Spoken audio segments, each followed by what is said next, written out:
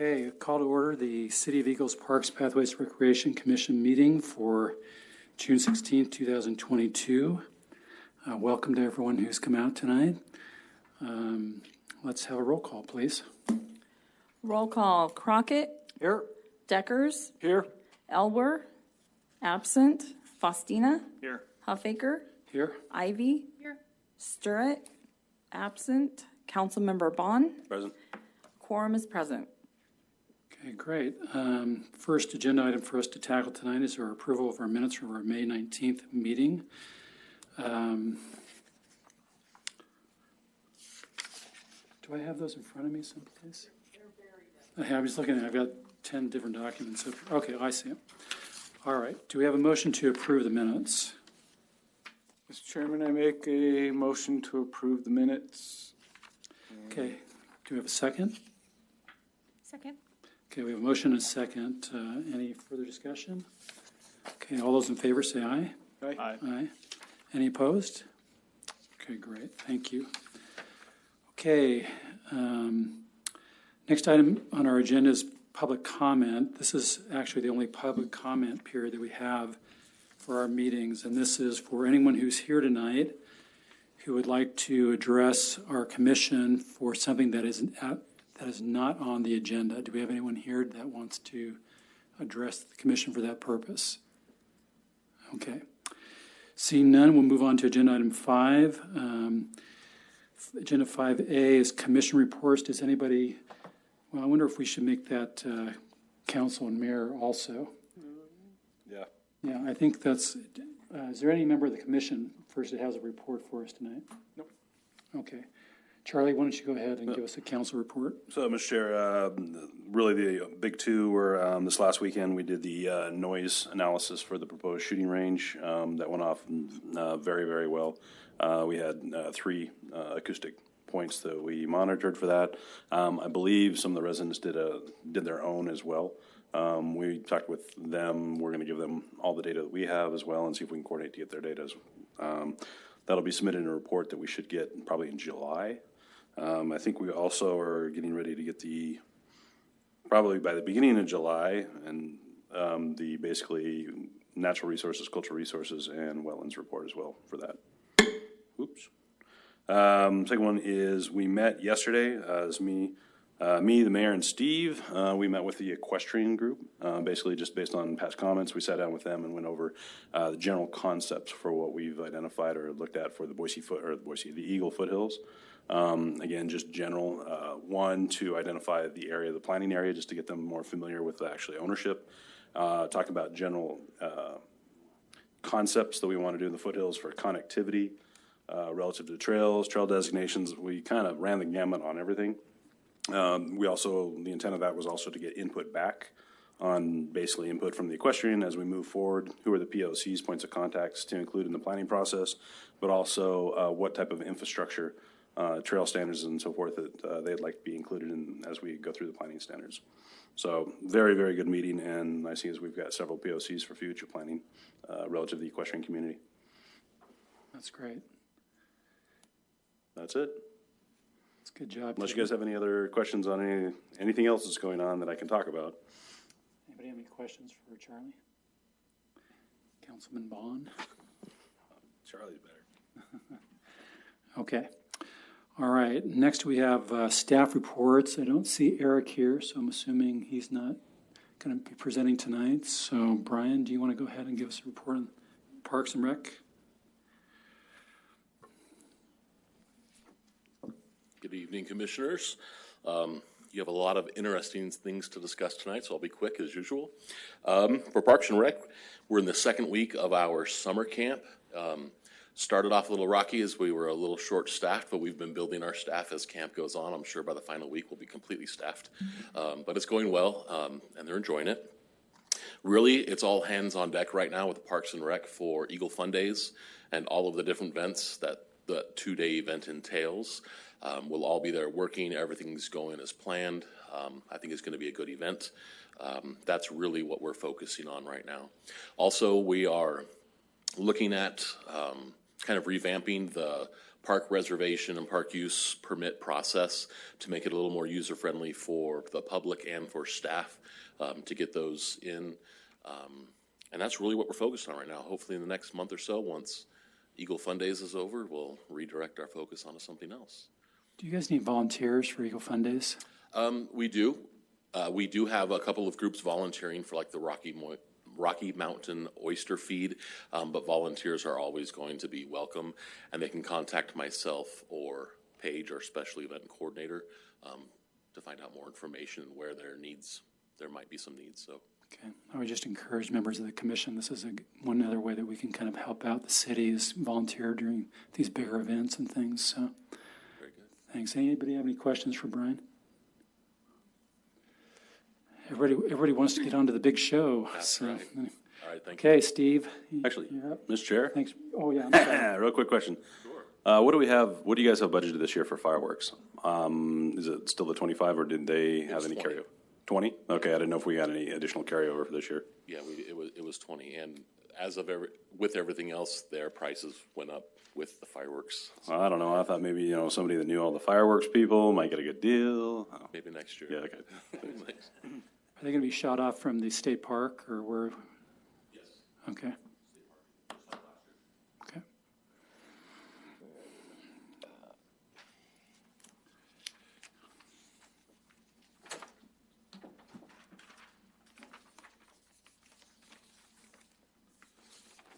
Good evening.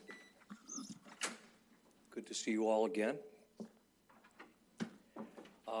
Our system table has not changed since our last meeting, so I won't go over that. I just provide it to you in case you want a quick reference. The big project going on right now on the Greenbelt is the FEMA repairs, and timing turned out to be everything regarding river flows.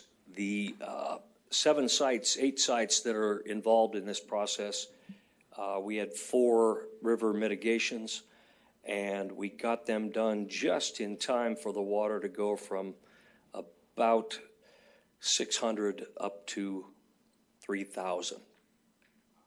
And we had about 3 weeks of time for it to absorb some rain and naturally compact, and for the willow starts to take hold and start a root system. I've been out there daily checking on it, and even though we have a rise in flows and velocity, the turbidity is minimal, and it looks like the repairs are some of the best I've ever seen. An update on site number 1. This is behind Mace River Ranch. The concrete has been poured there. If you'll see in the lower right-hand corner, behind my inspection vehicle, the pathway now is concrete in that area, some 330 feet of it, which was the 75% of it was granted by FEMA because the use of concrete creates a backbone on that levee. And if there was ever a levee that needed it, this is one of them. When we excavated this site, you couldn't believe what we pulled out of this levee, this embankment. Back in March of 17, we had water flowing underneath this into the common area in Mace, and we performed an emergency repair. We lengthened that repair by some 200 feet of bank mitigation. The upper right-hand corner shows a picture of an area. These are sandstone blocks that were pulled out of the levee when we excavated down to put in the new construction standard. And the construction crew was nice enough to place them in another eroded area. This is not officially a staircase. That would require a different permit. So this is tiered erosion control. Let's keep that in mind, shall we? The crew's been doing a great job. The subcontractor hired to do the concrete, I've been on them, and we're bringing them to a new level of straight form placement, and they're rising to the occasion. Sites 13, 1, and 2, the Truman Cove area on the North Channel near Woods Park. There's a picture there of the finished product or semi-finished product. We've got, well, it's substantially complete. We've got some reseeding to do in that flat area where we reclaimed that riverbank. They added some large stones there that were left over from the process. And I think it'll be a nice place for people to sit and ponder until the willow starts to grow too high. You can see they've already taken off. They're well rooted. They're around the ordinary high water mark and below. So we're going to have some good bank stabilization on the bottom half of that bank. So that's site 13.2 actually. This is 13.1, the lower right-hand corner. It's just about a 90-foot stretch, although it did have a rather severe bank angle, less than 1-to-1. But the repairs look good. We were able to dig a very deep toe trench and put large stone in there to keep those from migrating downhill. Site 4. Site 4 is a small area at a bend in the river behind Idaho Materials and Construction. That's been beat up for several years. You might recall it was reduced down to 4 or 5 feet in some areas in asphalt. This is the new product. Great job these guys have done connecting to existing asphalt pathways. But again, this is also a high pressure area. So our H&H studies indicate. So the concrete barrier and the new construction standard was approved by FEMA to strengthen that area. Site 3, this is the big one. This is the Garden City border. This is, I believe, 1,803 feet of what has been natural surface pathway, but it was really never engineered as such. It was topped with gravel, compacted here and there. We added crusher fines to it, but it has never been formally constructed. And once again, concrete was approved as a mitigation to this area because of what we experienced in 2017. You can see the upper left image shows the biobarrier going in. This contractor is going above and beyond. They're placing biobarrier where none was actually required per our code. They chose to do that, I think, for many reasons, but the most of which is they ordered too much. So they're using it up. The lower right-hand image shows the root intrusions or former root intrusions that were, once we excavate down, you can see just the density of roots that come through and try to migrate underneath the pathway. And this picture alone is why we no longer specify asphalt pathways. You might remember a place, if you're familiar with this trail, where here you can see this lighter colored area. This was a shortcut that was actually created over time. We don't have an easement there, but we've used that as a pathway for years. If I could show you quickly, let me go to Google Earth.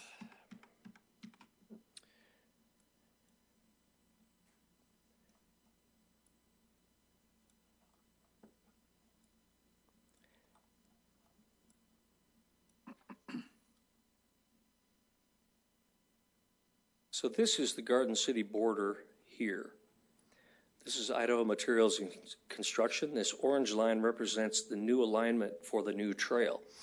The former trail used to just spit out here, diagonally cross the Idaho Materials and Construction Road, and then go along this light area here and skip the levee. The actual easement for this pathway has always been down underneath this bridge where there's about 7 feet of clearance. It was never developed for obvious reasons. It spends a lot of its time underwater as it is right now. And you have clearance issues. By the time you put a pathway down there, it would be impossible to get the clearance required for federal funding and so on. So this is the new easement here. And the picture I was showing you is that new easement. So here's the old area we didn't have an easement in, and this will be the new one. And it's a really nice addition. It creates a lot of curvature or meandering, and it tucks you into the trees quicker, and it's got some rise and fall, and it's going to be a fun place to ride a bike for sure.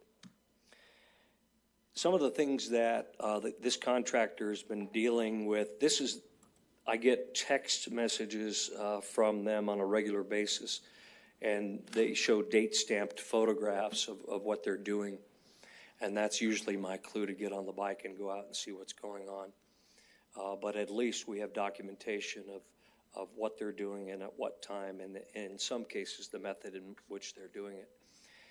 This little cart right here was used at Site 1 because they had to transport the concrete in from Eagle Road. They didn't want to drive a truck on the existing pathway because it wasn't built to our new standard. It doesn't have the ability to withstand vehicle loads. They would have to repair that pathway if they did any damage to it. So they had 4 of these carts and then a slightly larger one, and they used them because they could pass each other on the pathway without getting on the skirt. So they were running these things back and forth all the way out to our staging area at Eagle Road, about 1.5 miles each direction. So it took them 2 days to pour 330 feet of concrete pathway, and that's one of the complexities and one of the reasons that it's so expensive to do these projects relative to, say, highway construction.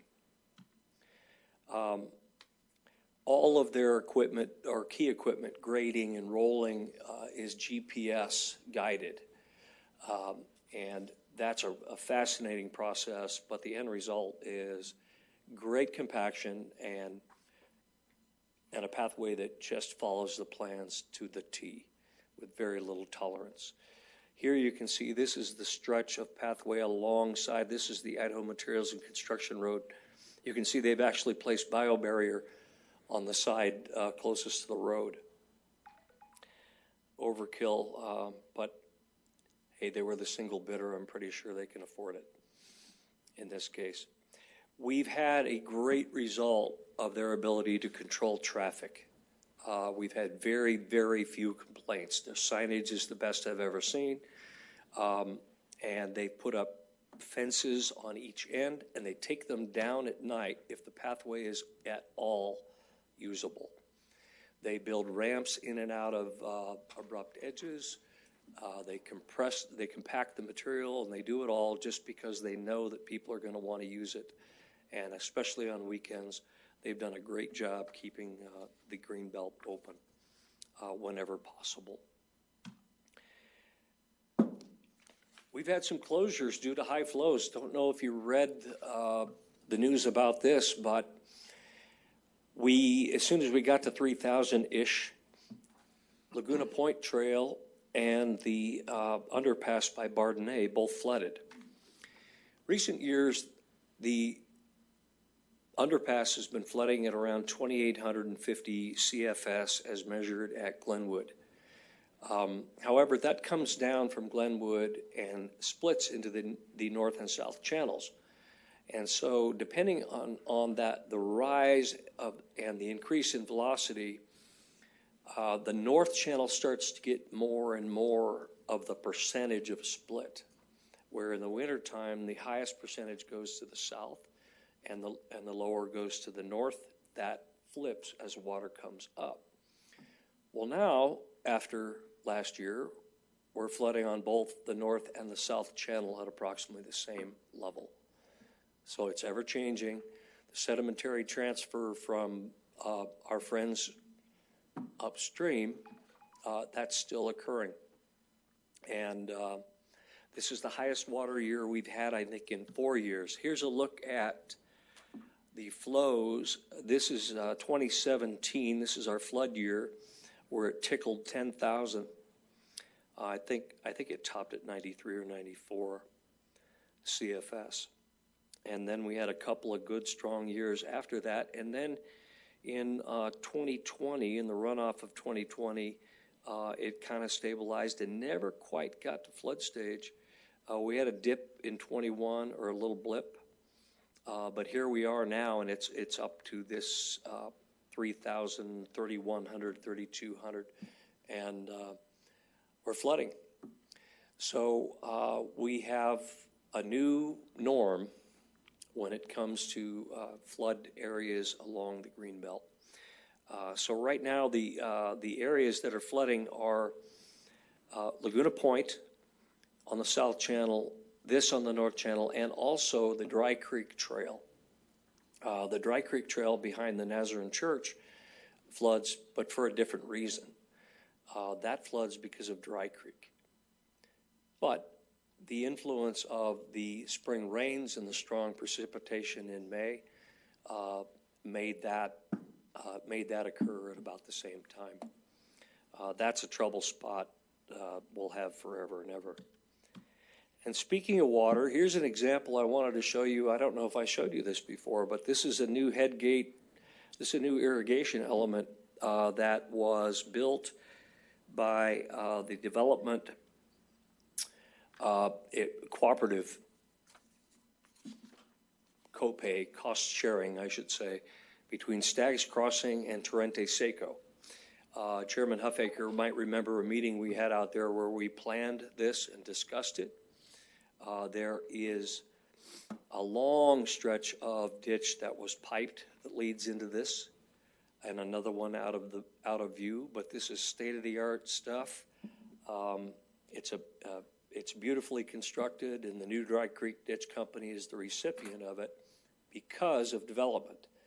And this is the kind of partnership that we are stressing with these canal companies, is that you don't have to just cooperate with us. There can be a benefit for you in partnering with the city and allowing pathways. There's a payback for it, and I think this is one of the best examples that we have. Hey, and the swans are in Laguna. This picture was taken yesterday by our resident birder, Lori, and we have baby swans in the river by Laguna Point. And she's never seen them before, and if anybody would have noticed, she would have noticed. I stand for questions. Any questions or comments for Steve? Hey, Steve, I've got just a couple things. One is, and this is sort of a question for Charlie, too.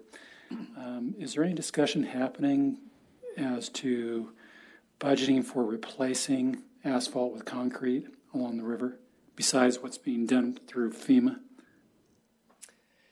We have identified some capital improvement projects and capital maintenance projects that have the potential to, at the option of council, to upgrade to concrete, or in areas that are less vulnerable to root intrusion or flood damage, simply retop it in asphalt. They are fragmented. One of my projects, however, is a project to fill in between Site 3 at the Garden City border and Site 4 that we showed you. There's about 900 feet there. I've identified that as a project, and I have funding lined up to that, but it has a very high cost share, the city's participation was more than we could afford with the match we had budgeted this go around. Okay.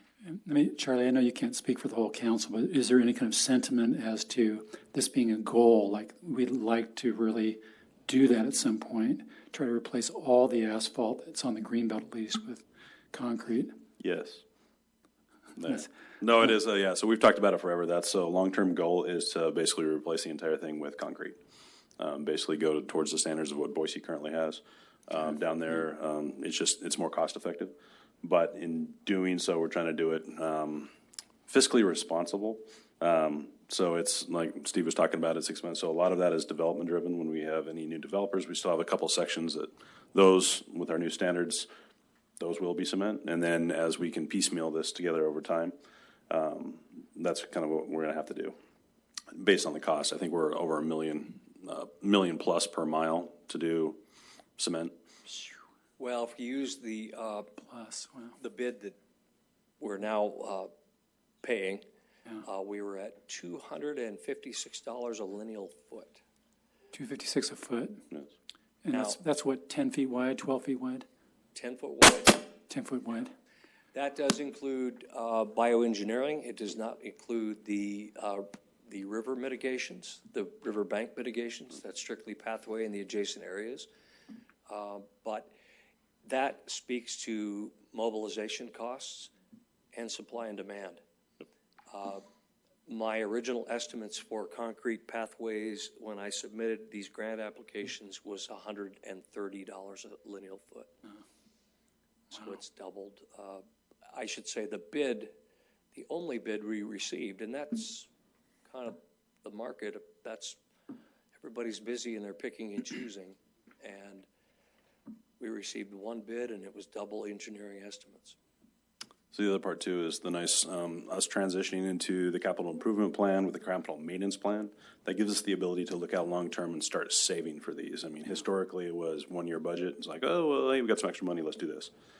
This gives us the ability to say, hey, we have this linear distance, we have these areas, a stepwise plan over 10 years. So we can hit the whole thing, we can save up for it multiple years and hit those sections. It's more of a proactive plan as opposed to historically we've been fairly reactive with the budget. So this is really the only way we'll be able to, but the long-term goal is to have the entire thing as cement along the Greenbelt. Yeah, so the CMP part, the maintenance part of it, we are now budgeting for, we're now saving for. Yep. We've created estimates for all that and predicted a life cycle for those. If we choose to upgrade to our current standard and to concrete, that'll just be something that we have to go to council for. Okay, depending thank on you. the conditions at the time. Hey, can you go to page 5 of your presentation, please? So these two pictures on the left that are right across from Charlie Woods Park, I just wanted to say what a great job this was, these guys did. And, you know, this whole area along this bank was full goat heads prior to this. And so it just makes me think, you know, whenever Charlie Woods is going to be developed also, you know, something like this could be done. Instead of trying to get rid of the goat heads, it's just literally grade over them and put something on top of it because I think it'd be impossible to get rid of all of them just in trying to eradicate them. But this turned out so good. I was so impressed with this. So those guys, I mean, all their work has been great. We just dumped those goat heads in the river and now they're in the middle. Well, I'm sure they'll appreciate that. You know that's on the record, what you just said. So. Yeah. And so is, I hope that the small amount of laughter, but it's absolutely true. And I went out there one day and they had the truck blocking the trail, and I rode my bike onto Woods Park and pulled out like 200 goat heads out of. Yeah, there were probably millions on that other side. I mean, no exaggeration. Yeah, without exaggeration. Yeah, it's awful over there. Yeah, Mr. They have Chair. done a great job here, and we refilled a lot. We reclaimed a lot of bank there, and the hydrology is already improved. There was an island forming in the middle of that area, which was causing some pressure issues on either side and wearing out the other side on Williamson River Ranch, and that was going to be the next one. These high flows are actually helping it scour that island and flatten that out somewhat so that you don't have those pressure spots. But, yeah, very, very pleased with the work. So my last question is just this, that as far as the flood level, right now we're about on either the south bank or the south channel or the north channel, we're about 2,800 feet is about the point that they both flood? Yes. Okay. All right, thanks. Did you have something else, Charlie? Yeah, Mr. Chair. So, Steve, what is the plan for the restoration or the rehab component for that one? If we just leave it like that, the go heads are coming back. Do we have a seed and tackifier on top of that? Yes. Okay. Every area disturbed in the process will be reseeded. Do we have the species? I know we put one together a ways back. I don't know if we're using that one still or not. It was modified by Mike Davis, our engineer, and Gene who is the engineer for TDX. And that is above my level of understanding what's in that bag, I'm telling you. But Yeah, if I can get the species list, that'd be good. I knew better than to run it by you, but it has, it does conform with our bioengineering standard, or as a result of, I believe it was Rob Tiedemann's study that he did for us sometime back when we started to utilize FEMA funding. But it's an effective mix, I can tell you that. The areas that we did bank mitigations on 2 years ago are coming in nice, and there's even nice wildflowers in it. Okay, thank you, Steve. Mr. Chairman? Yeah. Just one question for Steve. Steve, when do you anticipate that the FEMA repair closures will be concluded? I have scheduled to wrap up paperwork and everything within this fiscal year. So the September or October, realistically. So throughout the summer, we can continue to see trail closures? Yes, we are going to, especially Site 3. We are ahead in excavation and preparation at Site 3. The problem is concrete. Getting the concrete, getting the contractor scheduled to do it. So we're going to have a period where it's ready to go. It's decked out in 4 inches of road mix and compacted. It will be open, but we're not scheduled to pour that mud until the end of July. Okay. All right, anything else for Steve? Okay, thanks, Steve. Looks like, Charlie, you're up again for agenda item 6A. I don't know if that's part of the Avamore, No. but it's just separate, okay. Yeah, totally separate. I'm gonna have to lead with the Avamore one. So just at the very beginning, up front with this one, this is just about the foothills in general. We've been having discussion. We've been having this exact same discussion for probably close to 15 years. We've talked about it. One of the things in the trail plan, we identified this was supposed to be one of the components where we had trail standards for the lower 48 versus trail standards for the foothills. The big thing is right now with Spring Valley has been annexed, the BLM. We have Avamore over an application. There's several other applications. We're looking at the foothills, if everything, potentially the city limits expanding by approximately 50,000 acres in the foothills. With that, we've talked quite a bit. Yesterday's conversation was really good with the equestrian folks in particular. Is basically going forward, we have the ability to do, using Ridge to Rivers as kind of a basis, and using lessons learned of kind of what didn't work, a lot of those, but also using what did work. The big emphasis on this one is currently right now, the city does not have we'll call it a trail process. The process that we have right now is a development process, because that's all the trails that we do right now are a development comes in. They give us a plan, and part of that plan has specified trails. They can be regional trails, they can be community trails, or residential trails. That is the only process. If any of those communities wanted to add an additional trail, or take one out, or change it, they would have to come through the development process again, because it's part of the development agreement. Down here, where we're not talking, we have miles of trails, but when we start talking about hundreds of miles of trails, and up here, we have the potential, we've been using the number 300 to 500 miles of trails. When we start talking that way, we need to start identifying a mechanism by which we can have basically a trail process, which is somebody, any entity, it could be the land or the developer, it could be an NGO group that wanted to come up and put a new trail, it could be a private citizen, said, ooh, I would like to do this.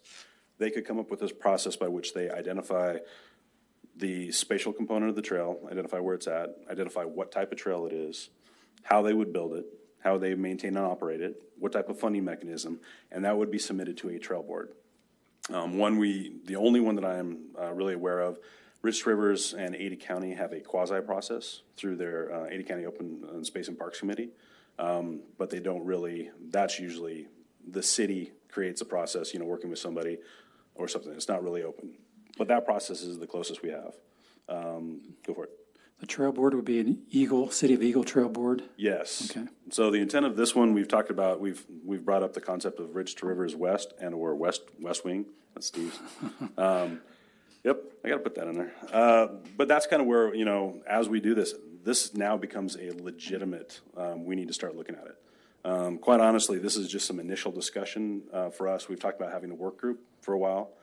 We did this with the Greenbelt Trail. It took forever, but we finally, with the Greenbelt Trail, we were able to sit down and come up with some legitimate trail standards, say, hey, we've identified, we have root intrusion, here's all of our issues. We need to come up with standards that are specified for this area. We basically need to do the same thing with the foothills. Right now, as we're kind of using is the existing trail standards, and we're gonna use those and put them in the foothills. We have some flexibility, but not that much flexibility. One thing we need to do is basically sit down and say, hey, we have a lot more options when it comes to trail types up in the foothills than we do next to the Greenbelt. So therefore, we need more flexibility in trail standards. Also coming up with, trail designations. We've got some management structure we'll talk about later. But we have the potential up there to, basically have between the open space that'll be set aside, that's a habitat component. That needs to be taken into consideration. We talk trail boards, and it's just trails only. Well, sometimes a trail board is where you don't put trails. Areas to be designated. The intent of this is what I guess my thought process was, and Sam's going to hurt me because he's wanted to do this for years as well. Sam Blaine. Is this as the PPRC is to have an initial work group to come up with a lot of these things. The next step that we're going to have, and Steve will be part of this, is we will be developing a trails master plan, not only for the foothills, but for the southern 40, I don't know what we want to call it, lower 48, thank you. So we'll call it current Eagle city limits. Do we come up with different, some of those standards will be consistent throughout. Some of them will have to be different. Funding mechanisms. We identify a couple different funding mechanisms, the potential for a foothills levy. We have the CEP funds going through right now. There's other ways. Potential recreation district. There's a lot of these things that are ideas out there, but I think what would be really good is have PPRC, just a general work session, kind of identify some of these things to transition into us doing the Trails Master Plan. We'll have the Parks Master Plan update. We'll have level of use changes. But really come up with some definite trail standards that we can integrate into that trail plan that are adaptive. But it gives us a base, and as we move forward, but it gives us adaptability in those trails as they change, because they are going to change significantly. So as part of our preparation for this meeting, Steve gave us a proposed amendments to Ordinance 9-4-1-6. Does that have anything to do with the foothill stuff, or is that going to be? So that would be a little bit. So that's more, I don't know if that's associated with this or if that's associated with the Avamore. Okay, that's what, so we looked at this.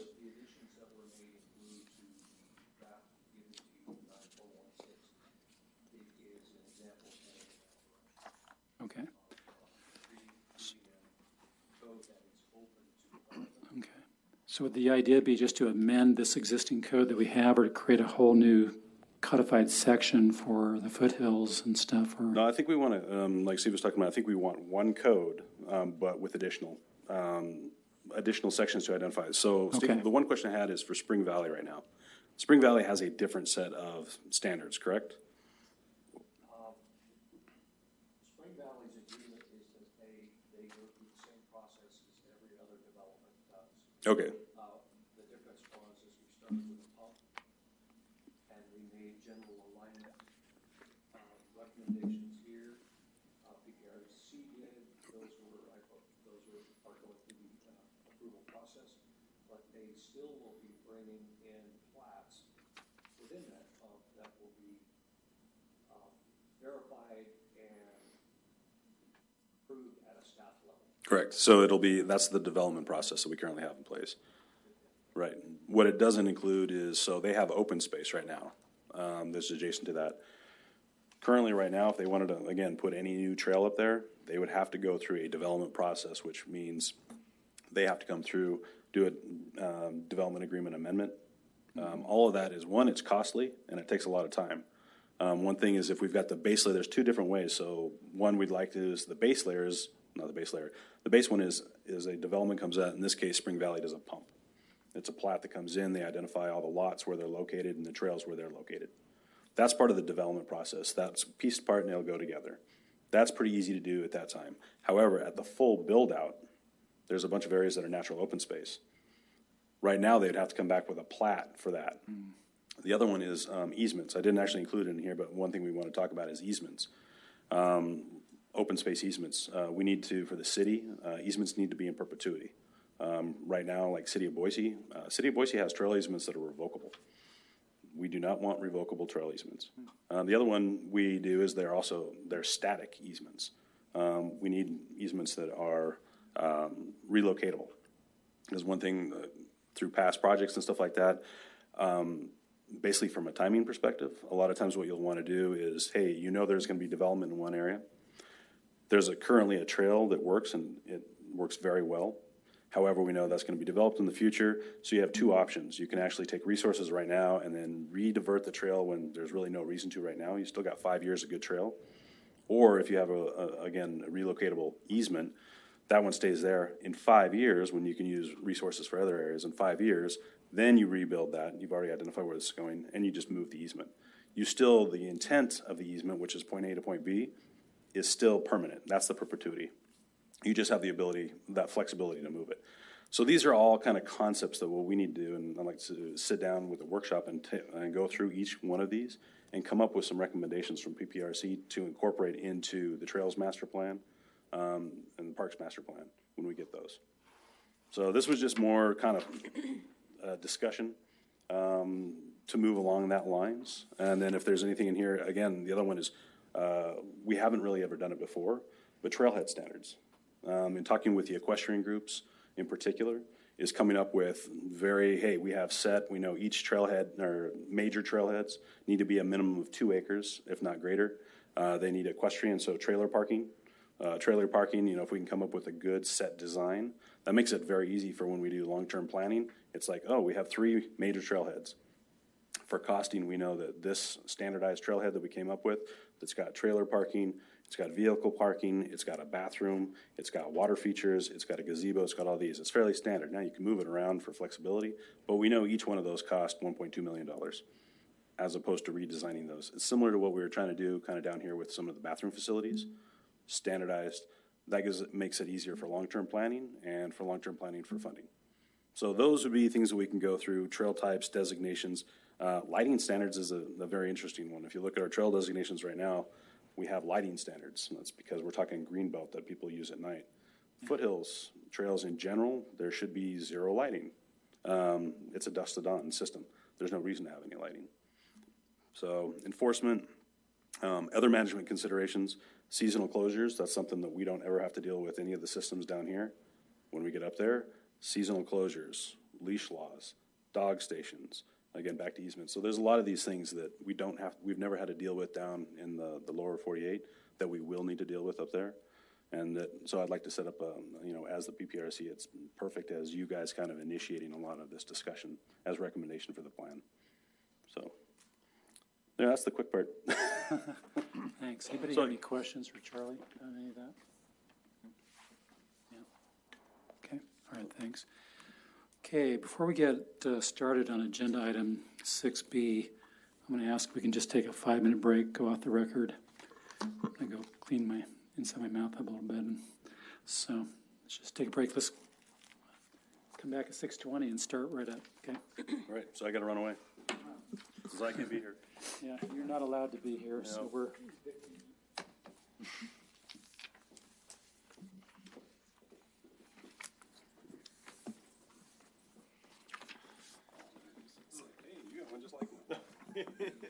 Almost did. You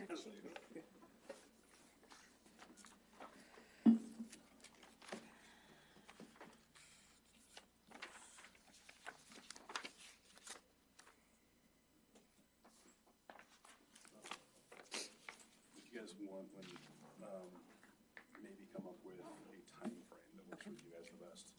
So like the next couple of months, something that we can do at the same time frame. So we're not taking any additional time, but set it up and we can put the round table at the bottom so we're not up here, down there. We can bring out maps. That's the other one is to go over with you guys. You can get the big picture of here's the maps, here's all the areas we're looking at. The biggest one is you have to look at the entire thing to look at ownership distribution. That's a huge one. It's like, we got BLM lands up there. Don't have a lot. And then more so is we only have one of those, or two of those parcels that are actually accessible, legally accessible to the public. So those are things that discuss Okay. topics. So are you thinking right before or right after one of these meetings or another evening? I would do it actually is you have, same thing, so you're not, unless you guys want to do a special session, that's up to you guys. But the other one would be have it normal this time. Okay. Say, keep everything really short, go through that stuff, and then afterwards, so we're not keeping. Yeah. Yeah, that's exactly, yeah, so it's a work session, round a map, we're on the record and stuff like that, but we can go through these, and, I can help Steve put together a specific agenda where we, very structured, boom, boom, boom, boom, boom, not stay out of left field. Yeah, that's fine for me. Perfect. That sounds great.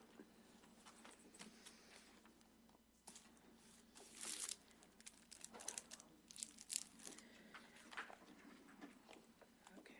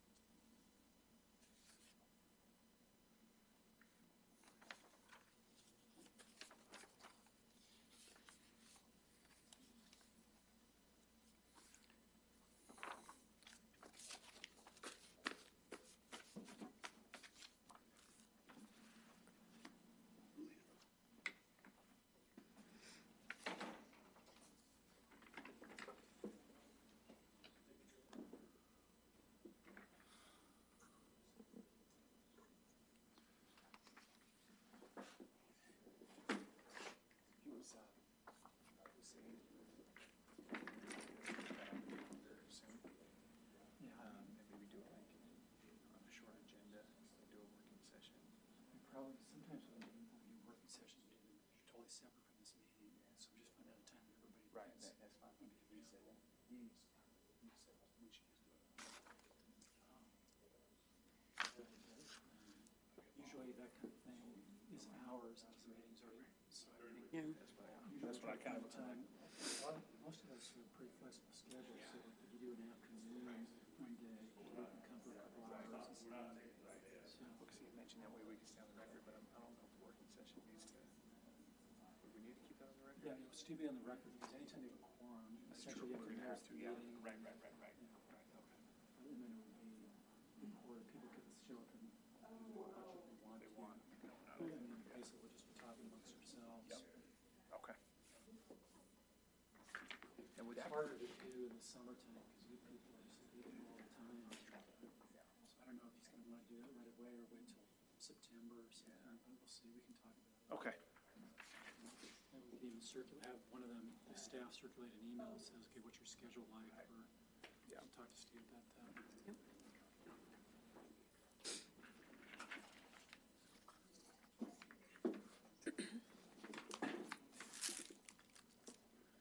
Are we all back? Is everybody back?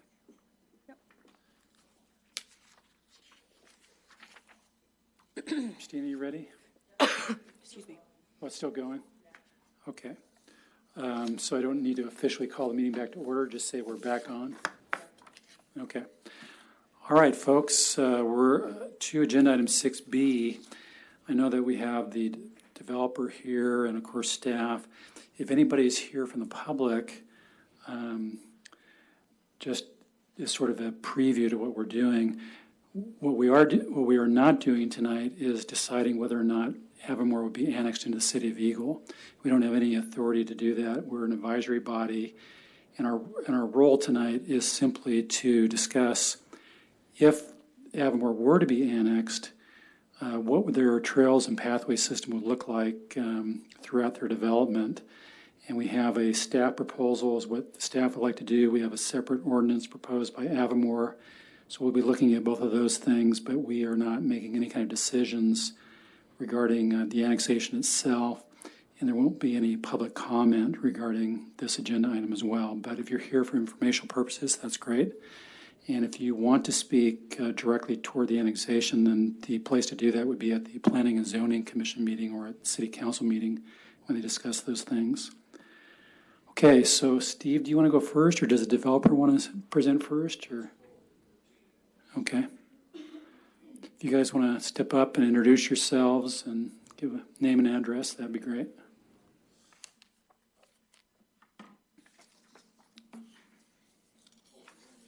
I actually found it, thank you.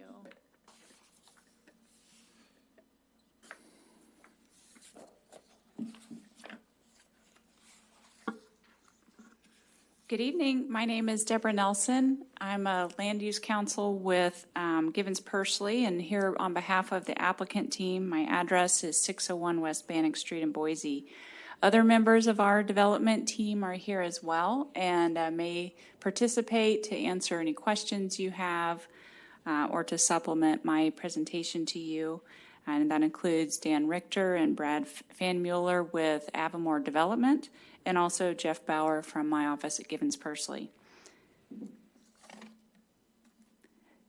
So as you know well, the Avamore community is already existing and a well-established mixed-use community. It's currently being developed under approvals from Ada County and Boise County. But in April of this year, Avamore submitted an application to become part of the city of Eagle and to annex approximately 18,000 acres of land into the city. Our annexation code application proposes a development code that is specific to Avamore. This is the same framework that the city used when you approved Spring Valley Planned Community. The proposed Avamore Development Code would become Title 11B in your city code. Spring Valley's is 11A. This process of adopting a development-specific code is common throughout the valley for larger communities where you've got unique circumstances that need to be considered. Hidden Springs, Dry Creek Ranch, Harris Ranch are all examples of this. As part of our application process, planning staff requested that we come before this commission to receive your feedback on the open space elements that are within 11B. And as the chairman just noted, we're not here for any specific approvals related to the annexation or any development plan, but truly we're just asking for your comments and recommendation and support on Title 11B, specific to the topics of open space and pathways. Since its inception, the vision for Avamore has been to develop village areas that are connected by pathways and trails with large areas of open space. This concept was the vision of the McLeod family, who has owned this property for more than 100 years and ran a very successful sheep ranch known as Spring Valley Ranch. The interconnected village concept is designed to give the community a small town rural feel, and the significant open space and habitat conservation is important to honor the history and preserve the land for use by future generations. The Avamore Development Code that we'll discuss this evening achieves the McLeod family's desire to create a rural-style community surrounded by open space and recreational opportunities. Title 11B, along with the development's proposed development agreement, imposes significant open space requirements on the project. Once annexed, as areas of Avamore are planned for development, those areas will have to go through a preliminary and final plat process for development approval. And Title 11B requires each platted phase to include 20% open space within the platted area. Also, with each future plat phase, for every 2 acres of developed land within a plat, 1 acre of unfragmented habitat must be preserved for permanent conservation. Overall, Title 11B requires for all of the annexed acres that 50% of it be preserved as open space. That is approximately 9,000 acres of open space, or half the current size of the city of Eagle. Avamore has already successfully constructed many parks in the existing community, and this includes the Foothills Heritage Park, a 13-acre park with many active amenities, a baseball field, basketball court, tennis court, and a workout circuit.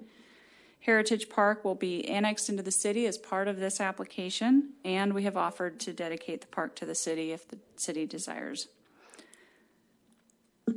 Other existing parks within the Avamore community will continue to remain private for use by the Avamore residents. You can see some of those examples and the quality of development here.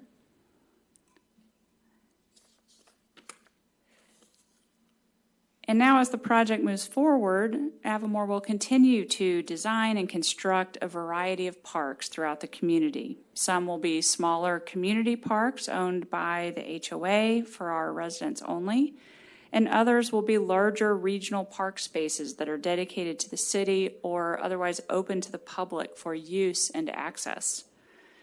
The Avamore Open Space Plan proposes 2 large regional parks totaling over 300 acres. First, the Little Gulch Regional Open Space, you can see down in the lower left. We are setting this area aside to cater to the city's equestrian heritage.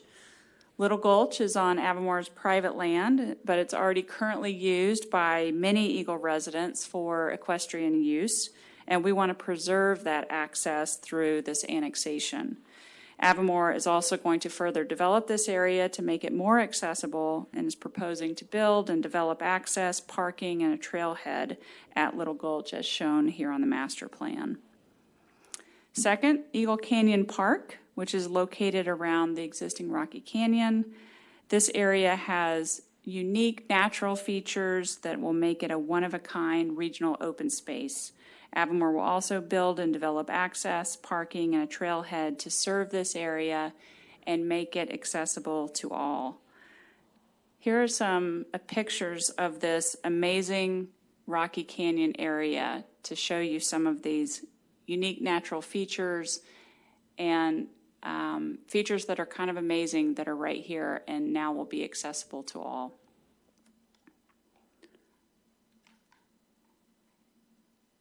Turning to pathways, Avamore has also, like the parks, developed an extensive pathway system within their community.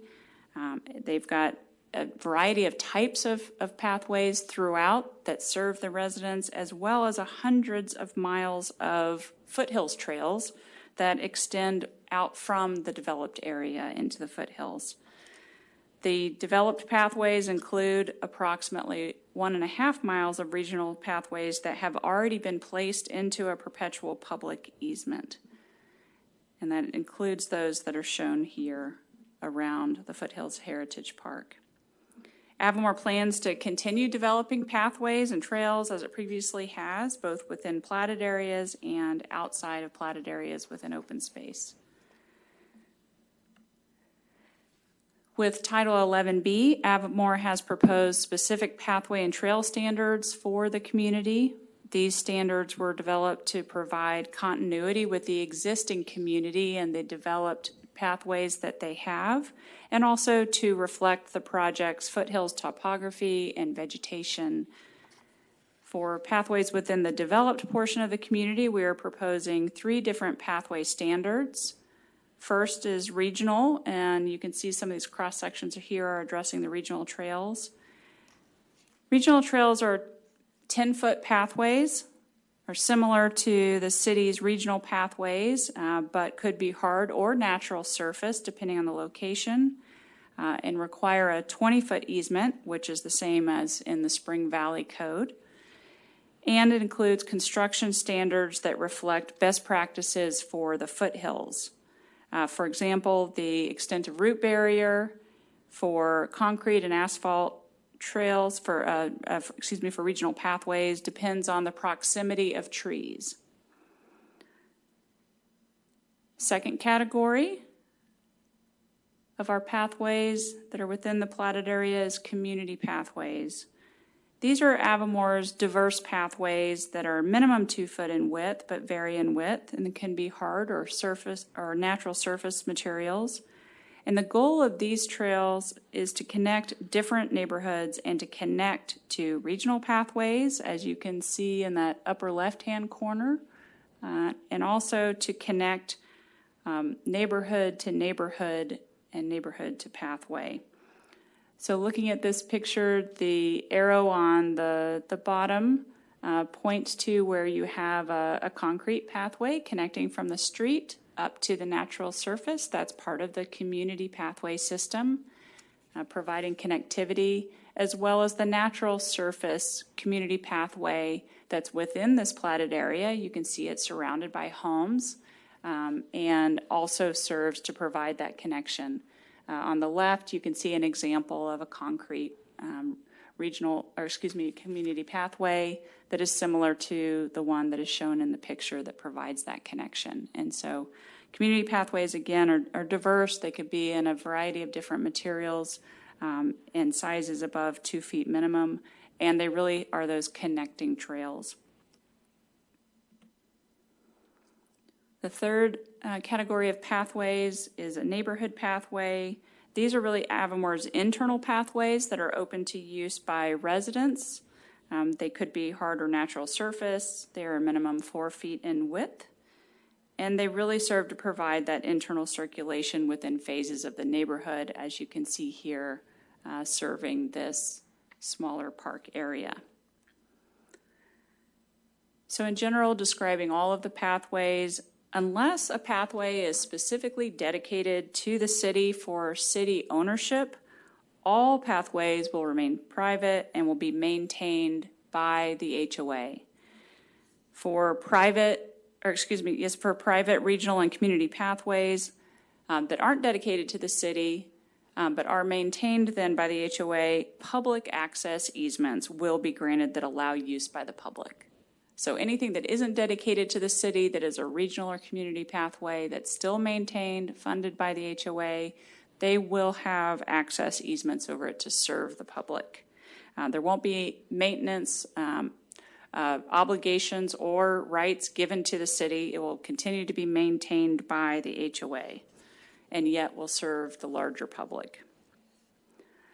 The process for reviewing each of these 3 types of pathways, with each preliminary plat, the developer will submit a pathway plan within the platted area for review and approval with the plat, and the city will review the plan pursuant to the standards that are identified in Title 11B that consider connectivity to schools, parks, shopping, public lands, and also consider fulfillment of the master plan, the open space plan. Spring Valley has a similar process where they have each phase of their development is submitted and considered against their specific code, not against the city code, same as we are proposing here. We also, in addition to those 3 pathway types, we also have foothills trails that I mentioned previously that extend out from the developed area. These are part of, they serve as amenity to both Avamore residents and the larger community. They are native or natural surface trails, 2 to 8 feet in width, commonly referred to as single track or double track recreational trails. They extend outside of the developed and platted area. The Avamore community is already very well known for this foothill trails system. This map shows the trails as they exist. Currently, there are approximately 100 miles of private foothills trails that are open for public use at Avamore. As the project continues to build out, we expect hundreds of miles of foothills trails will be added to this system.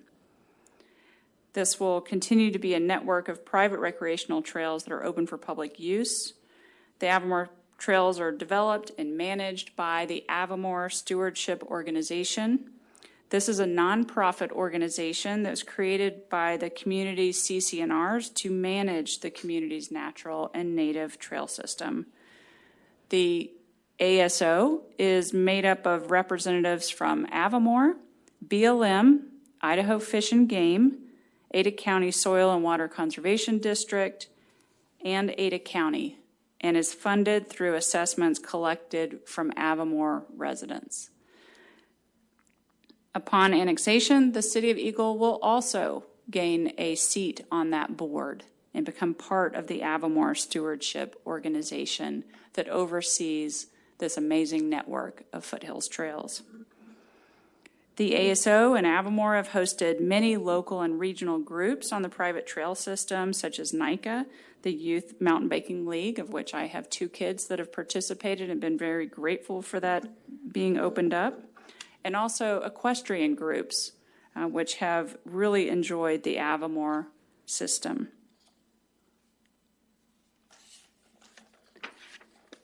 Avamore will provide a perpetual access easement over all foothills trails that are developed within the community by the ASO.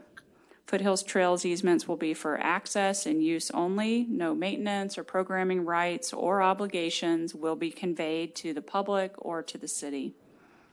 The ASO needs to retain control over the foothills trails in order to manage this privately funded and maintained resource, and to consider issues such as seasonal closures and specific needs to foothills users.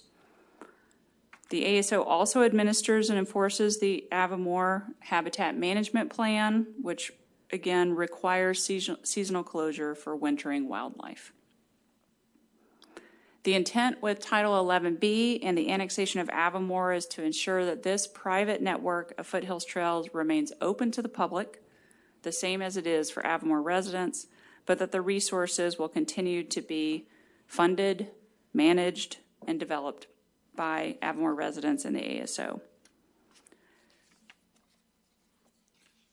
The ASO manages the foothills trails to maximize utility enjoyment for a number of groups, and this includes designating special use trails for particular uses such as equestrian only. It also includes user-optimized trails such as mountain bike flow trails and skills parks.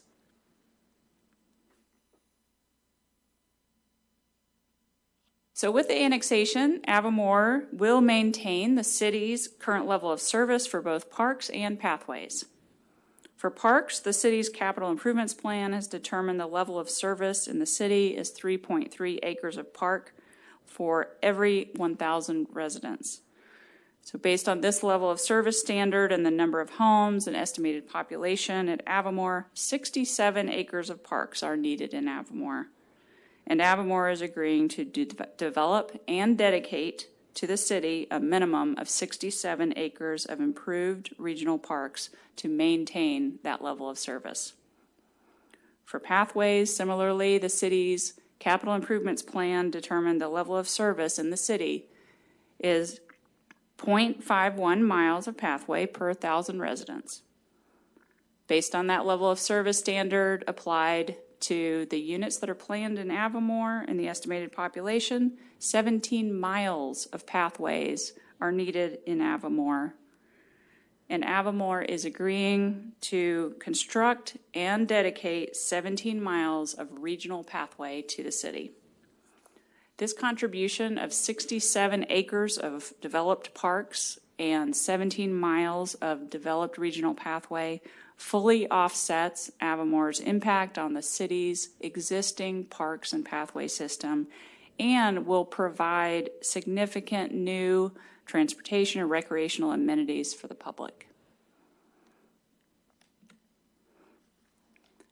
So in preparing the Avamore Open Space Plan, Avamore reviewed carefully the city's master trails and pathways map, and we will be providing the regional pathway connectivity that is envisioned by the plan.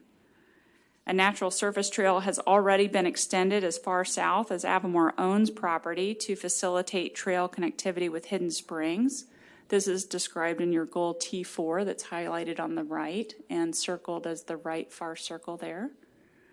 Avamore will also be constructing the regional pathway that extends to the west and dedicating it to the city, which is reflected in your goal T5. And the Little Gulch Equestrian Area and Trailhead that we described is shown in that circle to the left. So you can see how that connects to the Eagle system here. In addition to these key regional trails, of course, our Foothills Trails provide connectivity to thousands of acres of BLM and Idaho public land. So with that, we'll stand for any questions you may have. Okay, any questions for Ms. Nelson? Not at this time. Save them for after Steve presents. I've got a couple questions, actually.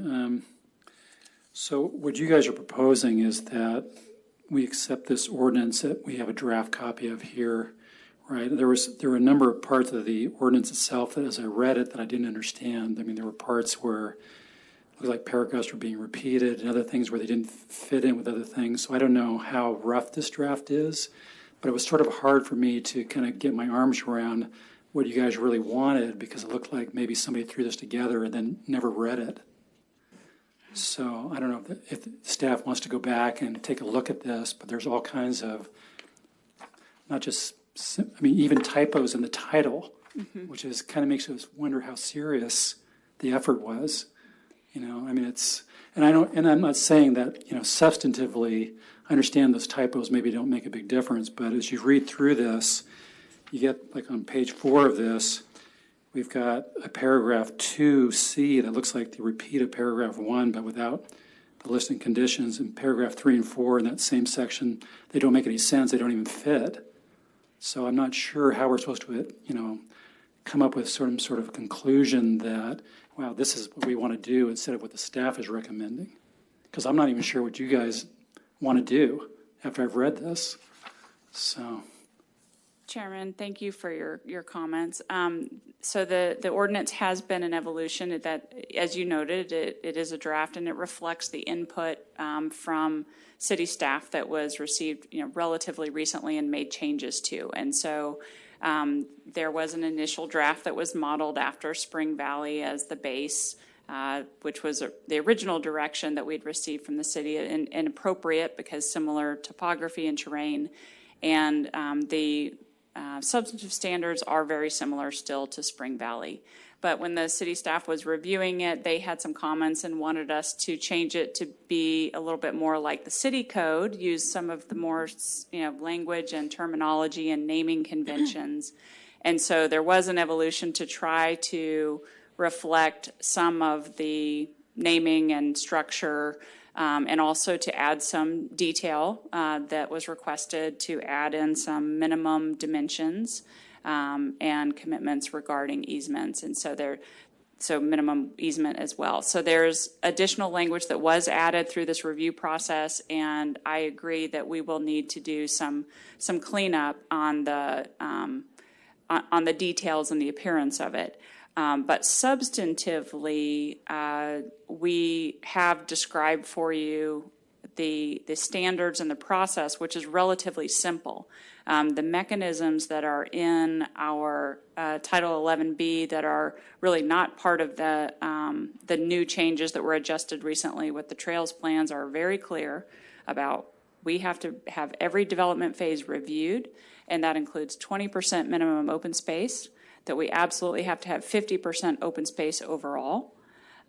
We also know that the city will, that we need to maintain the level of service within the city and what that takes, and that's described in detail in our economic impact study.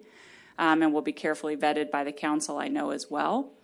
And so, and the city won't accept something that you don't want to accept, right? I mean, that's why we can offer it, but you always have that review opportunity. And so those are the fundamentals of this. The standards are relatively straightforward as well within the ordinance. I think you see the cross sections at the end for the pathways. And that does describe the construction standards there. So yes, my apologies that it's not cleaner for you, and we're happy to button that up. But we're hoping that we can answer questions and help you understand if there's anything substantively that you have about the ordinance or you're not able to follow. As you work with staff, I would just also recommend that as far as trying to get the language the same, for example, you guys have community pathways that are recommended at 2 feet. Our definition of community pathways, I think, is totally different, and ours are a minimum of 8 feet. So, as we're looking through this, we see this, just the need to get together to make sure you're on the same page as far as definitions, and we're talking apples to apples and everything, because there's a lot of that doesn't square up. The other thing I would say is, we came here tonight kind of thinking, we have a staff recommendation which basically says we want Avamore to make its trail system in congruence with our ordinance 9-4-1-6 as amended.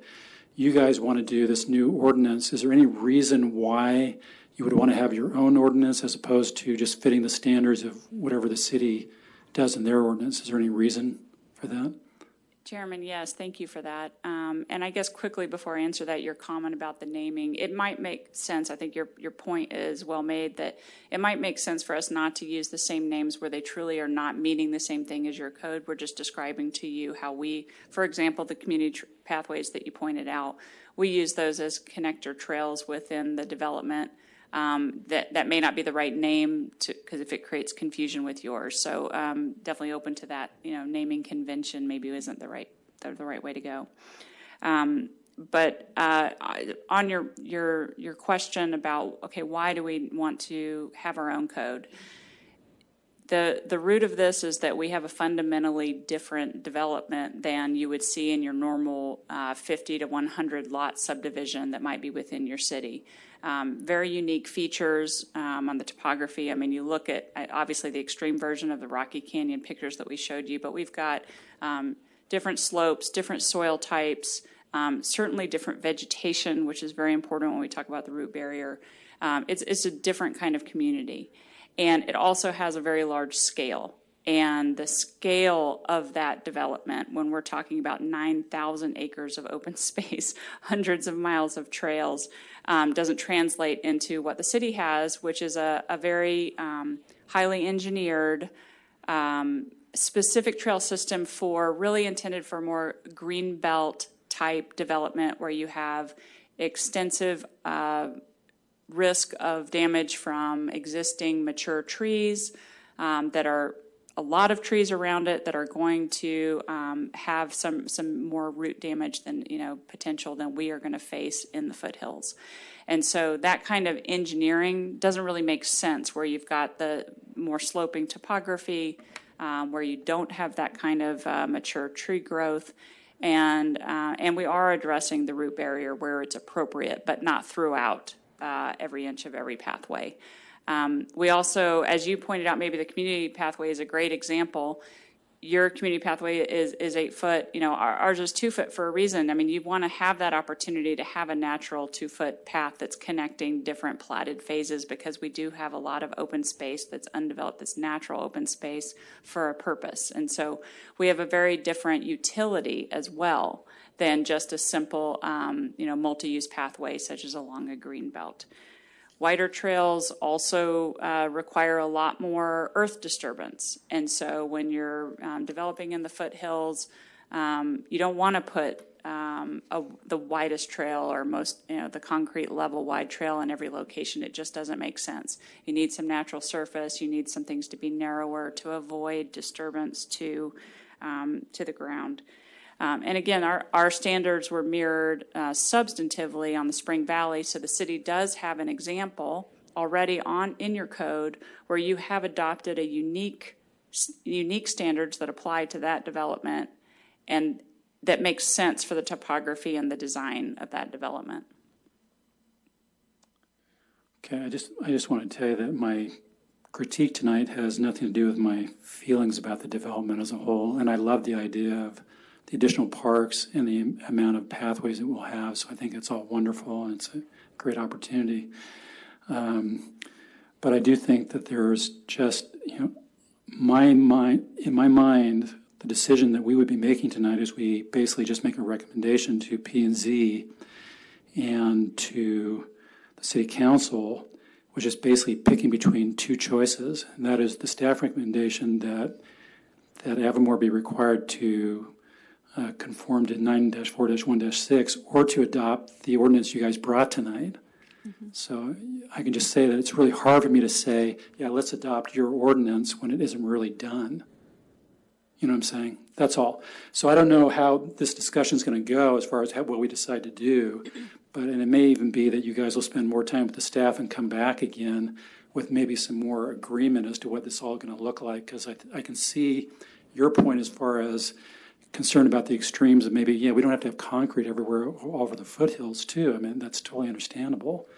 But there just seems to be like, this isn't quite ready for tonight. But anyway, that's just my opinion. But anybody else have any other questions for Ms. Nelson? I share your concerns. Okay. Yeah, go ahead. The only one I've got on there is, I'm going to beat the same damn drum that I beat every week. On the neighborhood trail and pathway one, when we were talking about it, you were mentioning that they were all private homeowners only. That's not in here, which is great because it shouldn't be in here. Because I don't. Nobody's going to go up to Avamore and ride around on the private pathways. Like that's just. There's no reason for them to be private. I kind of beat the drum every time of we don't need any private trails anywhere, period, so that we can not have private trails next time when it actually matters. This is one where it doesn't matter, but exactly what we were just talking about, that's not in the actual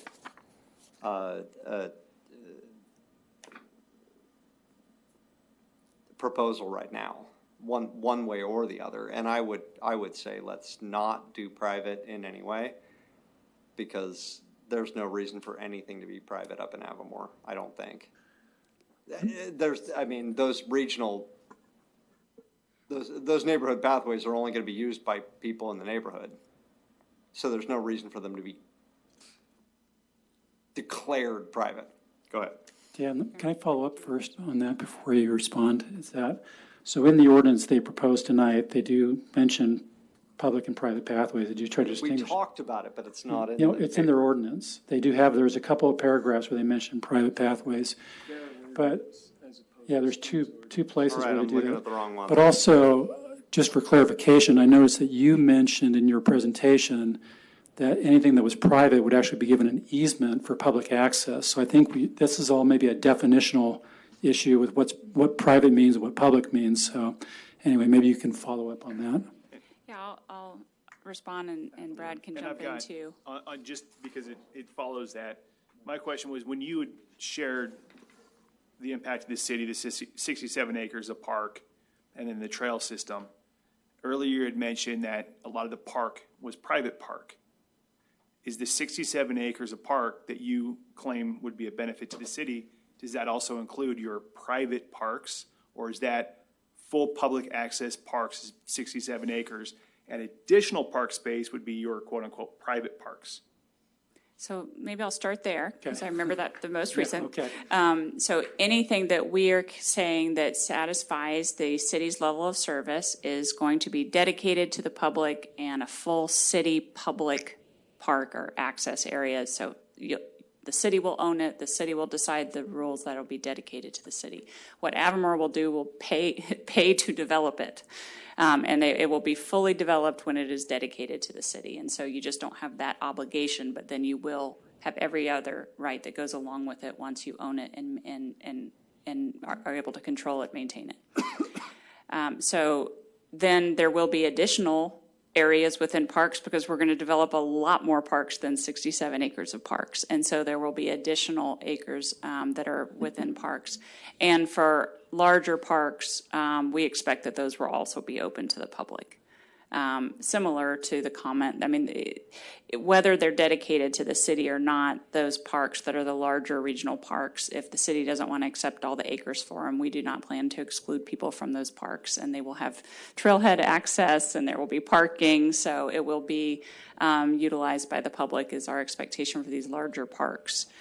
And then on the pathways, so there are pathways that will be privately owned and that are not dedicated to the city. And so basically anything that is outside of that, again, like the parks, 17 miles of improved regional pathways will be dedicated to the city. But there will be many more miles than that. And so there will be additional areas. And Chairman, to your comment about what I said, so any regional or community pathway, so it did include the neighborhood pathway, as was picked up by Commissioner Crockett here. So the larger, the other two, the connecting pathways and the larger pathways, we will provide public use easements over those. Whether they're dedicated to the city or whether the city wants them or not, those will be open to the public. And even though they're maintained and paid for by the HOA. And then on the neighborhood pathways, the thinking was, like in other developments, you do have some kind of more just truly internal that are just going from homes to the internal smaller parks that are resident use. I think practically you're right. It's not, they're not gated off. So practically you're right that they are used, but they are maintained and funded entirely, and all the maintenance by the residents, and really just they're designed and intended for Avamore residents.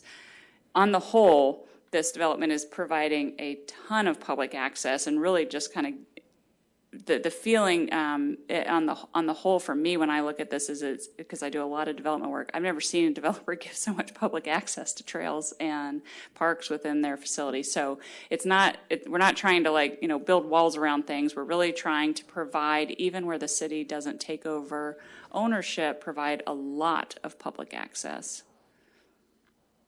Did that answer all the questions that you guys had? Was everybody satisfied with those answers as far as understanding what the position is? Yeah.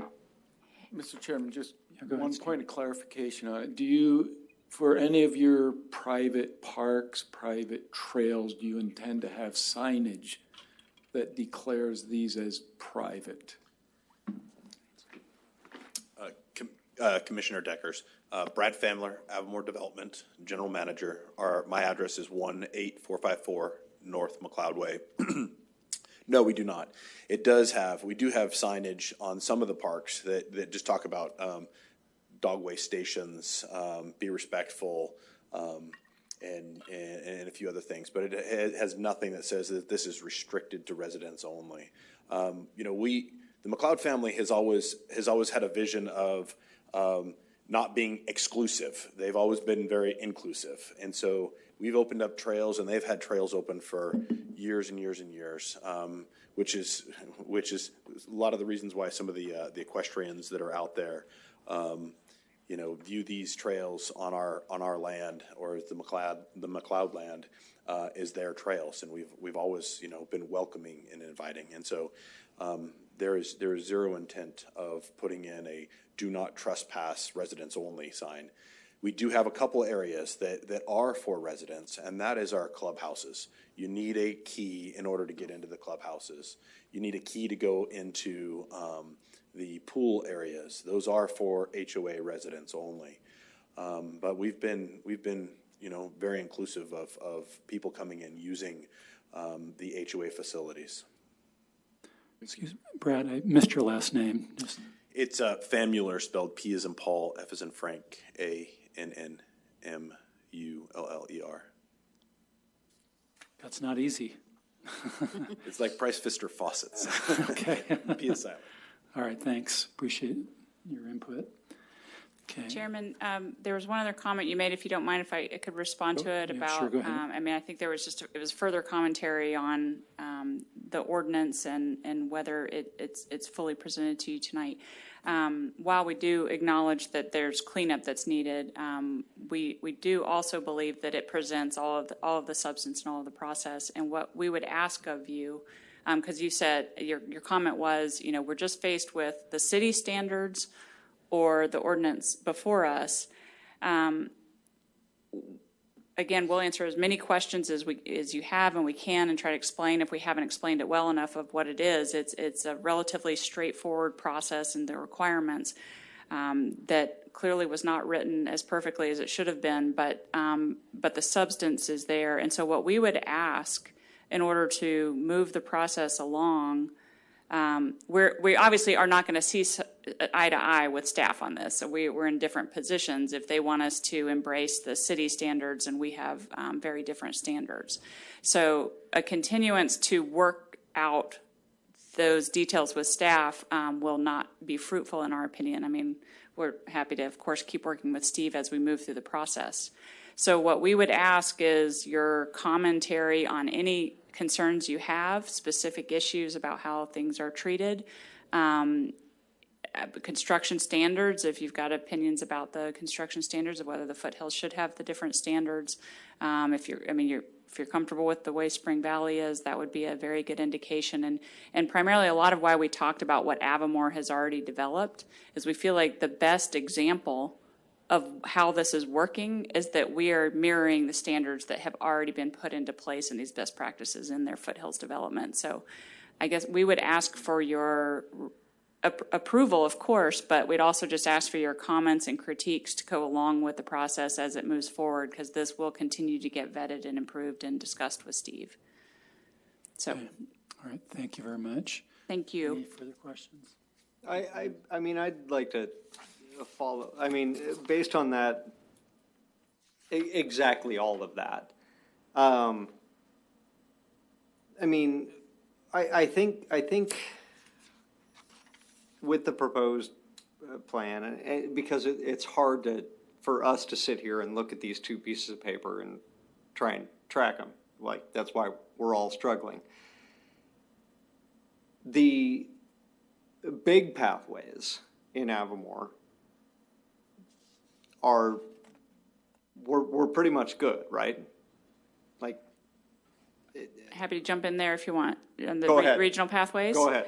So just looking at how they compare to the city code, so Yes. they're 10 feet, same as the city code.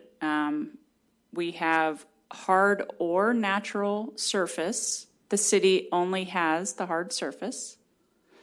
So that's one difference, is we want to have the opportunity, for example, the big east-west equestrian trail you can see here on this map, we don't expect would be hard surface. So all natural material flexibility there.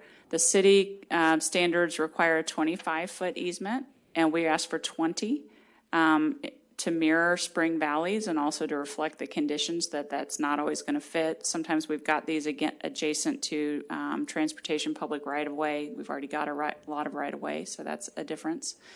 I hit everything. I think that's, and the root barrier, the construction standards, the root barrier primarily, but construction standards in general, as I described, the city standards are really designed for this kind of green belt protection. And we will have, I may have Brad jump in here, 2 inches of concrete. I'll let you describe the standards. I'm gonna jump back to the, whoops, where did it go? We have them on the spread right here. So there's 3 different types of regional pathways that we are looking at, from asphalt to concrete to just a gravel surface or the natural surface that is out there.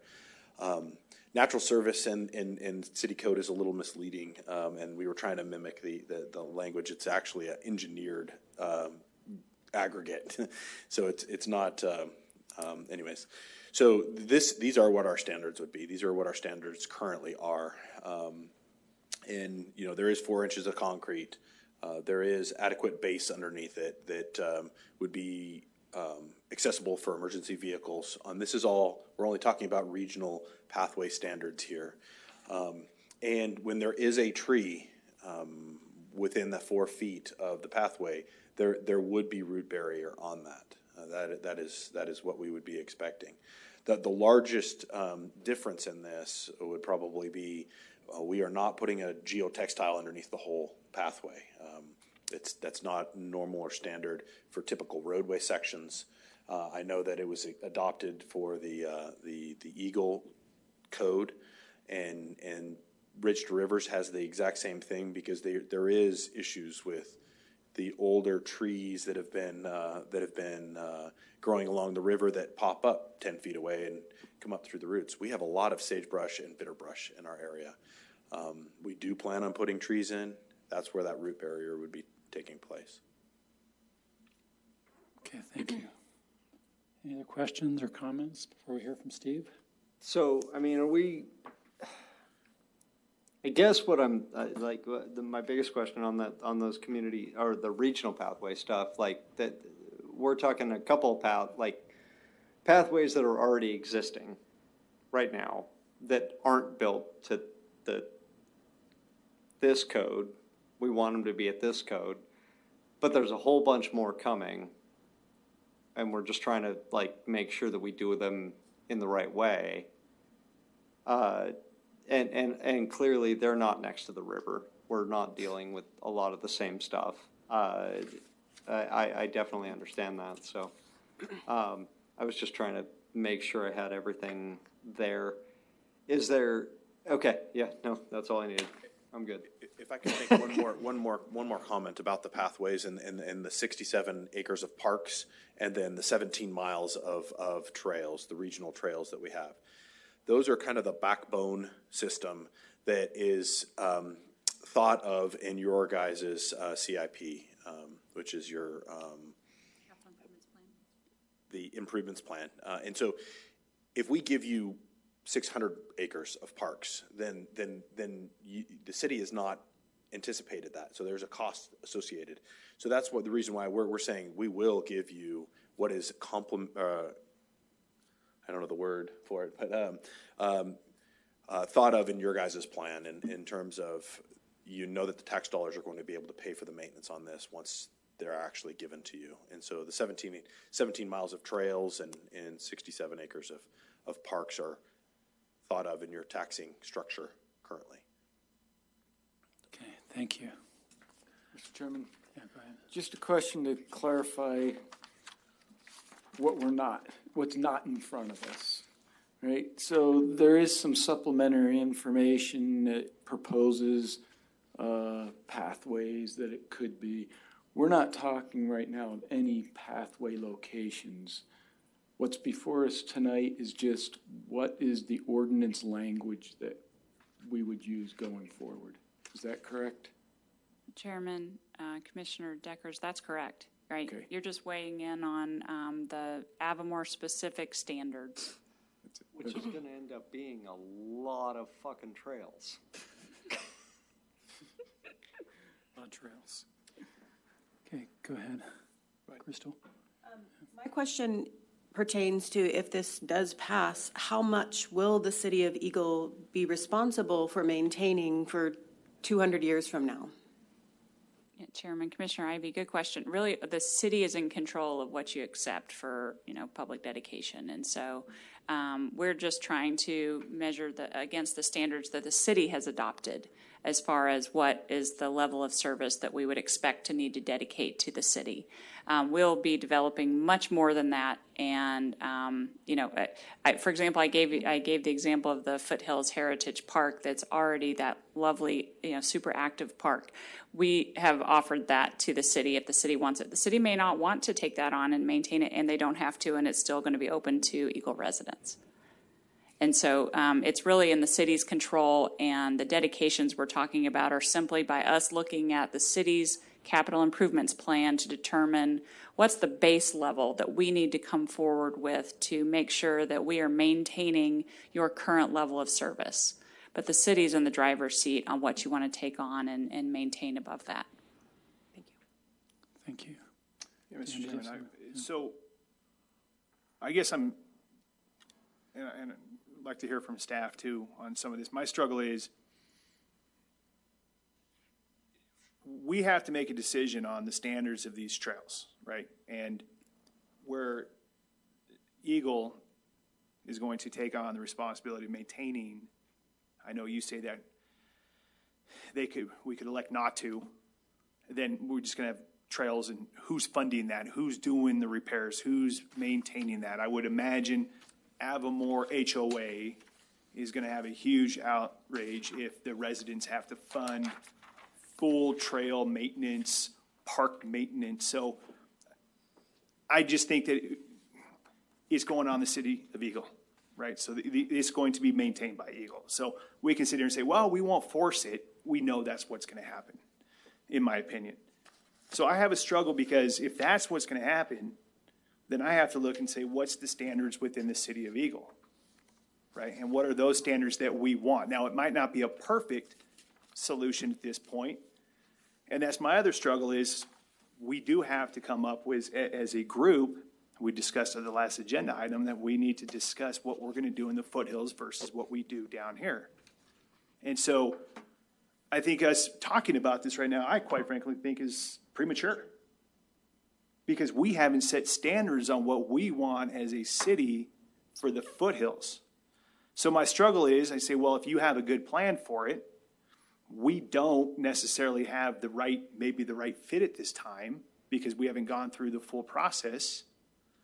As a commissioner, I don't know if I feel comfortable supporting either one or saying, well, we have to go with what's with Eagle's policy because I don't know if we have the right metrics to use yet. And if yours is, hey, staff is acceptable and it could work, but on the other hand, staff they're going to be the ones making the decisions. And again, this is way above us, what ultimately happens.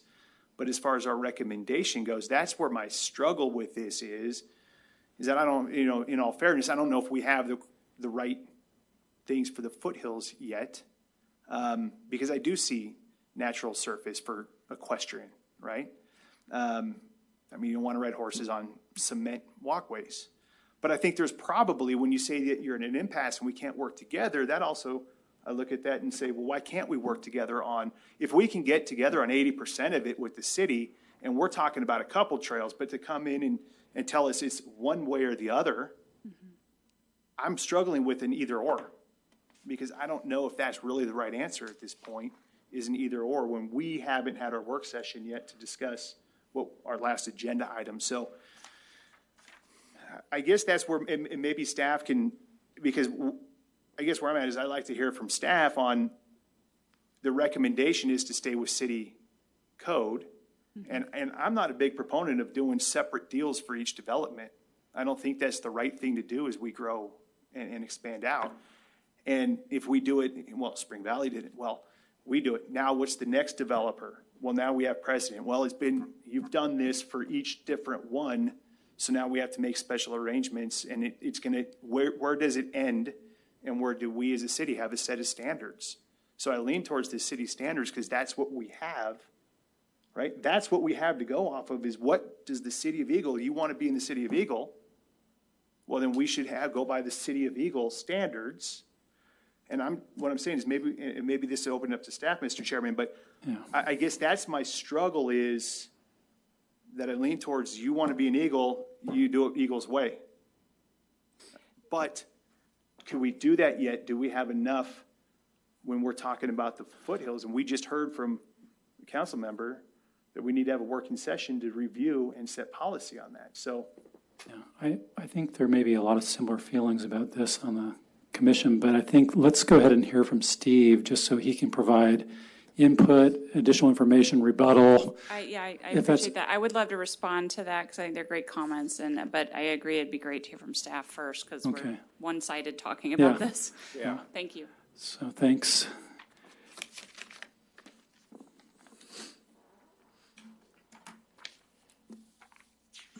What I don't want to get lost in this is if we isolate the opportunity that we have to take part in the Avamore Trail System, I think it represents unbelievable value to the city. And I don't want my enthusiasm or passion for making a case for my recommendation or the staff recommendation. And believe me, the staff recommendation involved 15 people if it involved one, including the mayor. It's something we took very seriously, but I don't want to get lost. I don't want lost is the opportunity to take part in this system and have it be considered part of Eagle's overall trail system. That's not any endorsement by staff to approve annexation for Evermore. It's just isolating the trail system.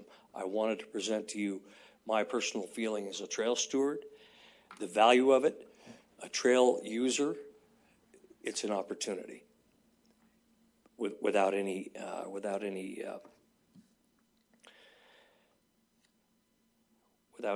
way you would measure it. They have built a system up there that is my favorite place to be a trail user in the valley.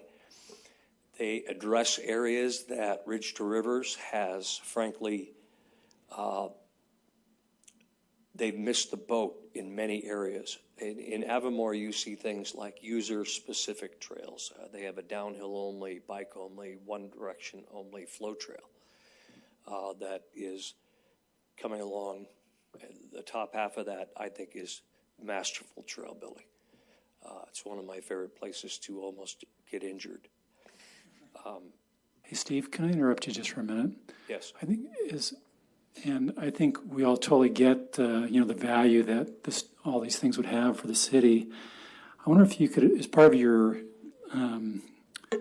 information for us, if you could address two things. One is, it was mentioned before that the applicant thinks that some of the differences we have are that we can't reach a compromise or they're unresolvable. Maybe you could identify what those things are so we kind of know. And then two, do you feel like 9-4-1-6, as you're proposing to be amended, truly covers the variety of pathways that are needed up in their particular subdivision? I believe it does. You believe it does? Okay. I do. And there has been some confusion created. We have the construction specifications, which deal with pathways mainly. And it deals with, while it is true, it was developed in a riparian area along the river initially. As you well know, over the past several years, right now we have 21.5 miles of trails in development in the application process or actually being constructed right now that are not on the river. They are in the lower 48. They are in perhaps a different environment. But these are standards that are being observed, imposed upon, and approved by the city for a reason. And somebody has to have the best standard out there. And we've worked very hard to create that with engineers, with Valley, with other municipalities and the results that they're having. And while I respect the experience that they have in Avamore, it's a microcosm compared to the research and development that our pathway specifications have been developed under. Now, we have a lot to learn in terms of foothills trails development from Avamore. But I still believe that our code as it's proposed and our standards for construction is the direction that we need to go with all future development. I would like to address the several references made to, we have an example that Spring Valley has their own code, and they do, 11A. However, you witnessed when we did the pump approval for Spring Valley, the confusion that was created when definitions and classifications varied from the cities to the developments. The list of reasons why that should not exist is longer than we have time to go into right now. But since that time, and as you have witnessed, Spring Valley changed their conventions, their legends, their planning to match our specifications to match our classifications. And they did so because moving forward with that massive project is going to be made much simpler. Not just for me, the guy who's got to inventory how many community, neighborhood, and regional trails there are in the system. Am I supposed to inventory Avamore separately and evaluate our system based on all these floating definitions? Spring Valley has decided it's not in their best interest to observe the development agreement, which I believe is over 10 years old. A development agreement that would not be made in today's market, in today's environment, with what we know about our system now and our city now. That development agreement wouldn't be made, and they agree with that. And they're moving forward based on our classifications, specifications. It's not just me, it's you. Every time a plat comes through, are we going to go through the process of trying to understand the similarities and differences, subtle differences between these classifications?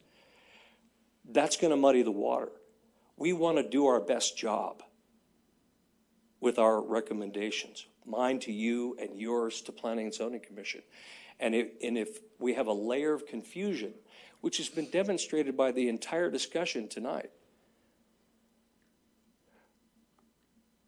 if we have that layer of confusion between PPRC and Planning and Zoning Commission, P&Z to Design Review, to City Council, if those standards, classifications have to vary for Spring Valley, for Avamore, for the lower 48, and for every other development that comes our way in the foothills or anywhere else, that's going to make our job more difficult. It's a waste of taxpayers' money. And if we want to change the specification from a 3.5 ounce geotextile to a 4 ounce, we have to update every single code that's out there. The staff recommendation is a change of course from using Spring Valley as an example for having their own code. As I said, the consensus among staff is that would not take place today. It doesn't make sense for a lot of reasons we just discussed. Now, some of the confusion was created by the fact that this is a draft. 9416 is a draft. It's a proposed draft, but it's actually one that you have been using along the way as part of every one of your recommendations for the last several years. It's going to be made official in one form or another, and is demonstrated by the changes that are included in your draft that have come as a result of working with Avamore. Understanding that code needs to modify and needs to evolve. We know that. But I believe it's better than the code that they propose. Can I jump in? Yes, sir. Just to kind of point out maybe another area of confusion where we're getting kind of stuck up here. I mean, you're proposing the city has certain standards for different types of pathways, whether they be concrete, natural surface, or asphalt paving, and I think we've been very supportive of those standards as a commission. What I was hearing from the applicant, though, was this issue of whether we were proposing to have certain kinds of surfaces where they wouldn't seem logical. For example, having a concrete surface where they're going to have a equestrian trail. So I think, we can be okay with the standards that the city has within its code, as long as we sort of understand that the actual trail surface is a logical choice for what is happening within their development. And I think that's kind of where we're getting hung up a little bit here. So, my idea is that maybe that hasn't been fully discussed between the staff and them as well, because it sounds like they're feeling like they're going to be asked to put concrete in places where it doesn't belong. Let me address that, and that's a very good question, and I did hear that statement made. Our regional trail system, as we know it and as we have made recommendations for, is mostly hard surface. But if you read the proposed 9416, and I don't have the hard copy in front of me.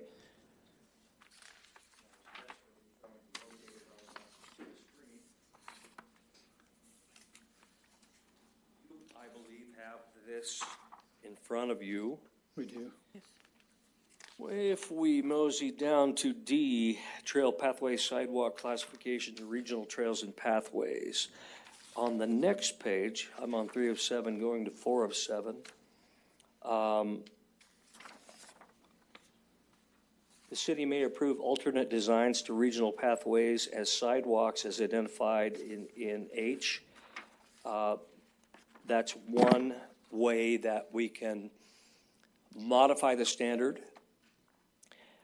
There's also, let me go to, I'm trying to locate it, tread surface shall be concrete and constructed to the city trail and pathway design and construction standard unless otherwise approved by the city. If we want to have a regional natural surface trail, we can. It's in that code. It's provided for it. Further, if we go to special use trails, trails that facilitate hiking, running, horseback riding, and cycling, you have a trail tread between 2 and 8 feet in width. This is an answer to them wanting to call their community trail that is 2 or 4 feet wide, that is dirt, that is natural surface or native surface that accesses foothills trails. They wanted to call that a community trail. Well, it's for the community, but it confuses the situation, but it's provided for in this code.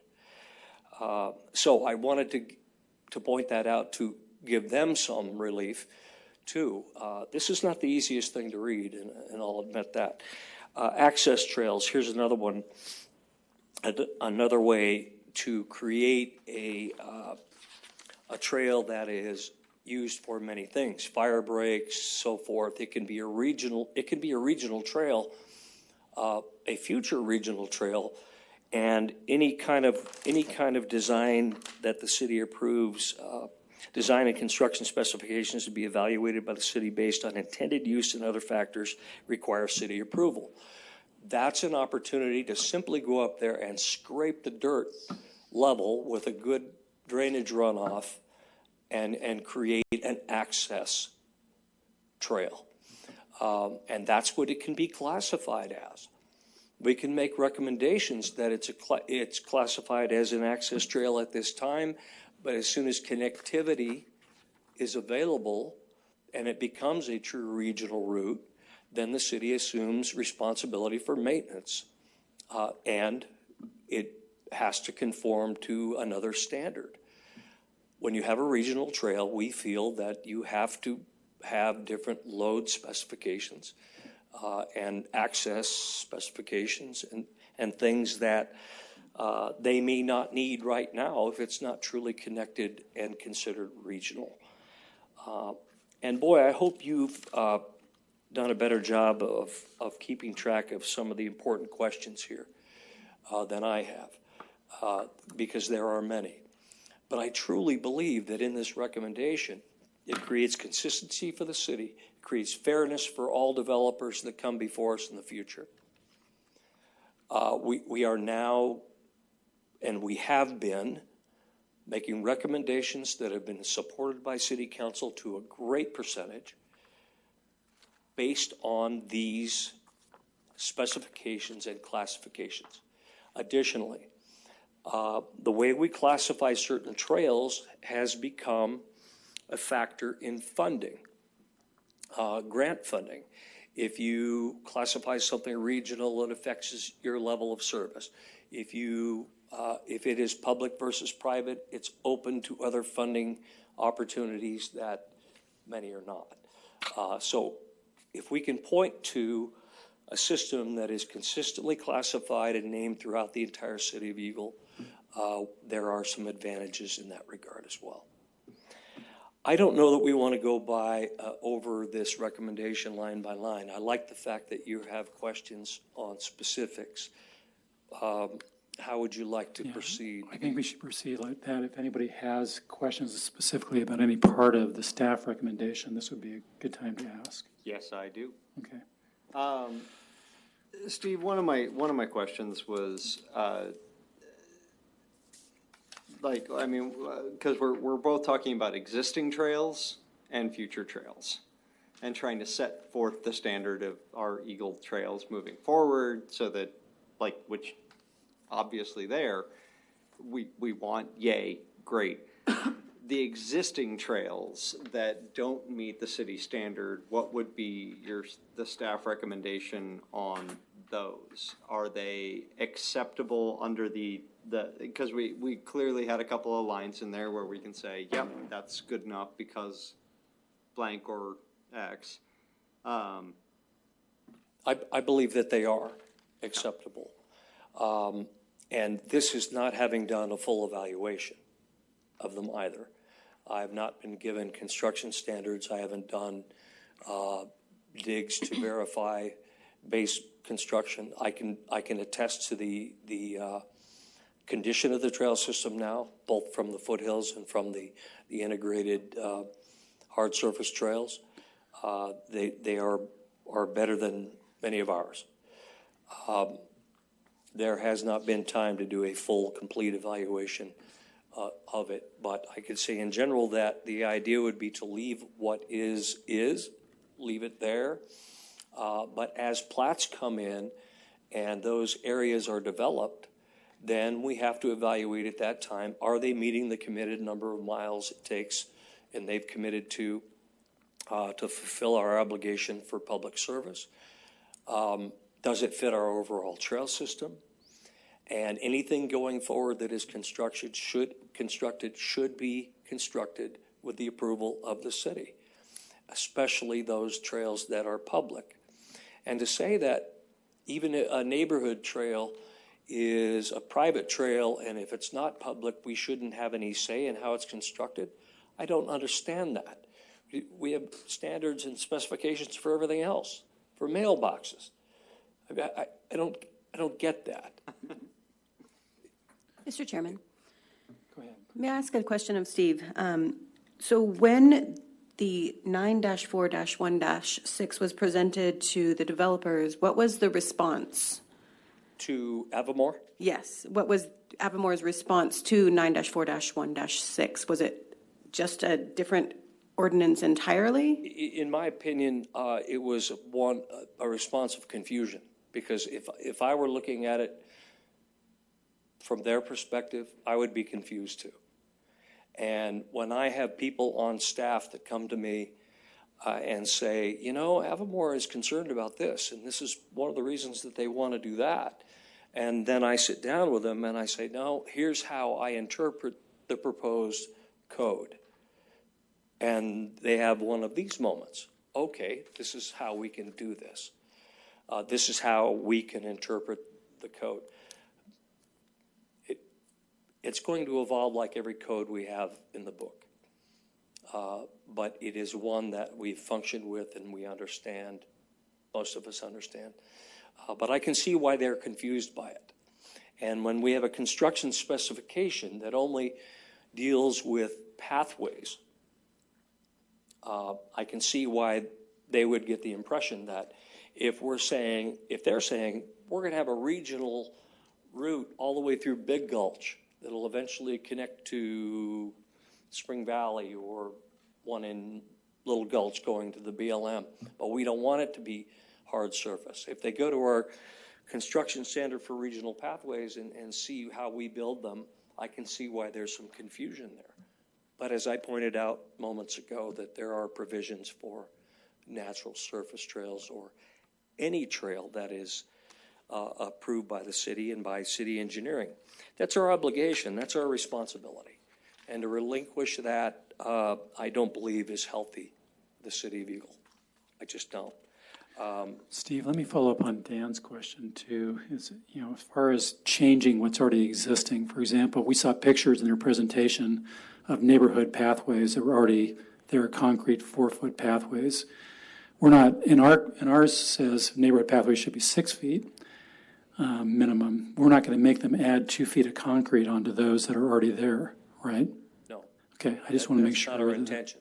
Okay, And one of the things I don't think has been discussed is, aren't many of those in area that is not part of the annexation? Some of them are. Yeah, so, and we're calling that the village?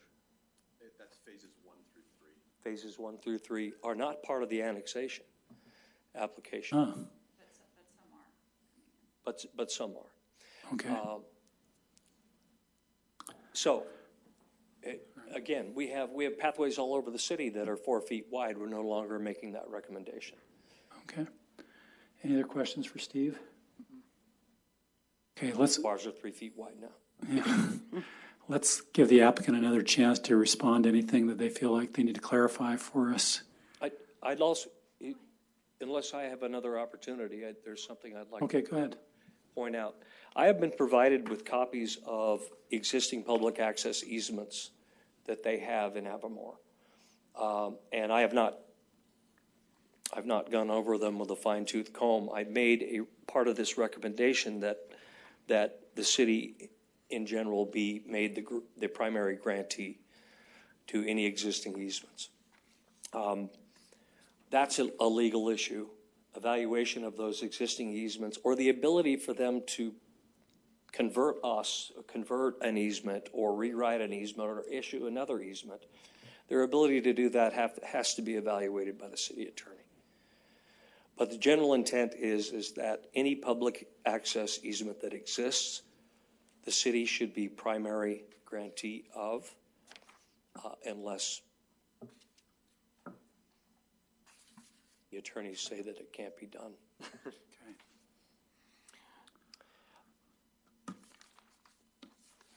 If there are no other questions on the recommendation, Mr. Chairman?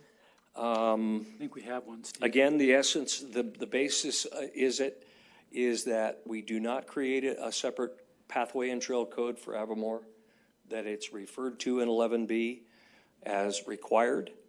If the commission feels that you want to make recommendations for site-specific elements, they can exist in 11B.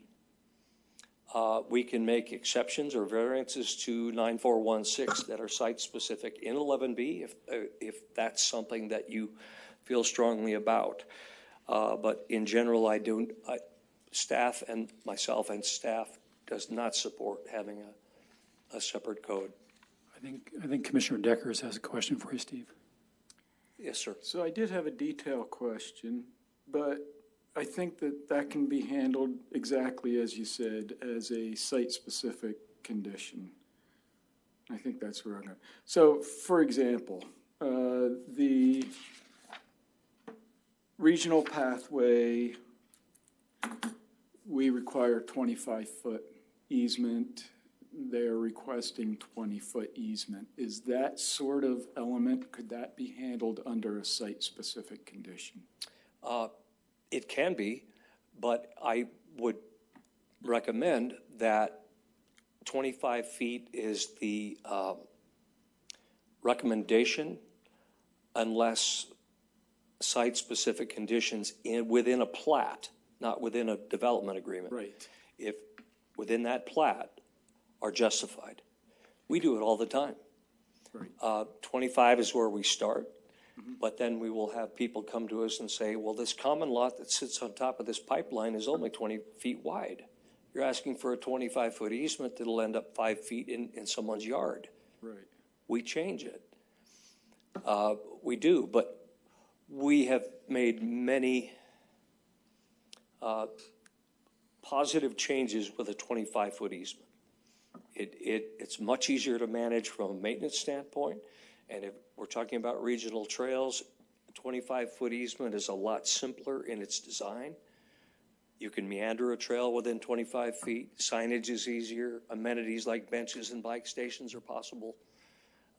So there's a lot of good reasons to start there. And then we ask the developer to provide justification that is not practical. Right. So I understand within a plat, you may have a section that does not comply with 25 feet. Right. But it would be That is handled correct. at that plat level. And I believe the code reads unless otherwise approved by the city. Correct. Which gives us the opportunity to be reasonable. And we've proven that we are. I can go over the last 10 recommendations and there's no hard and fast rule that they're all 25 feet in width. Correct. Okay, understood. Okay. Thank you, Steve.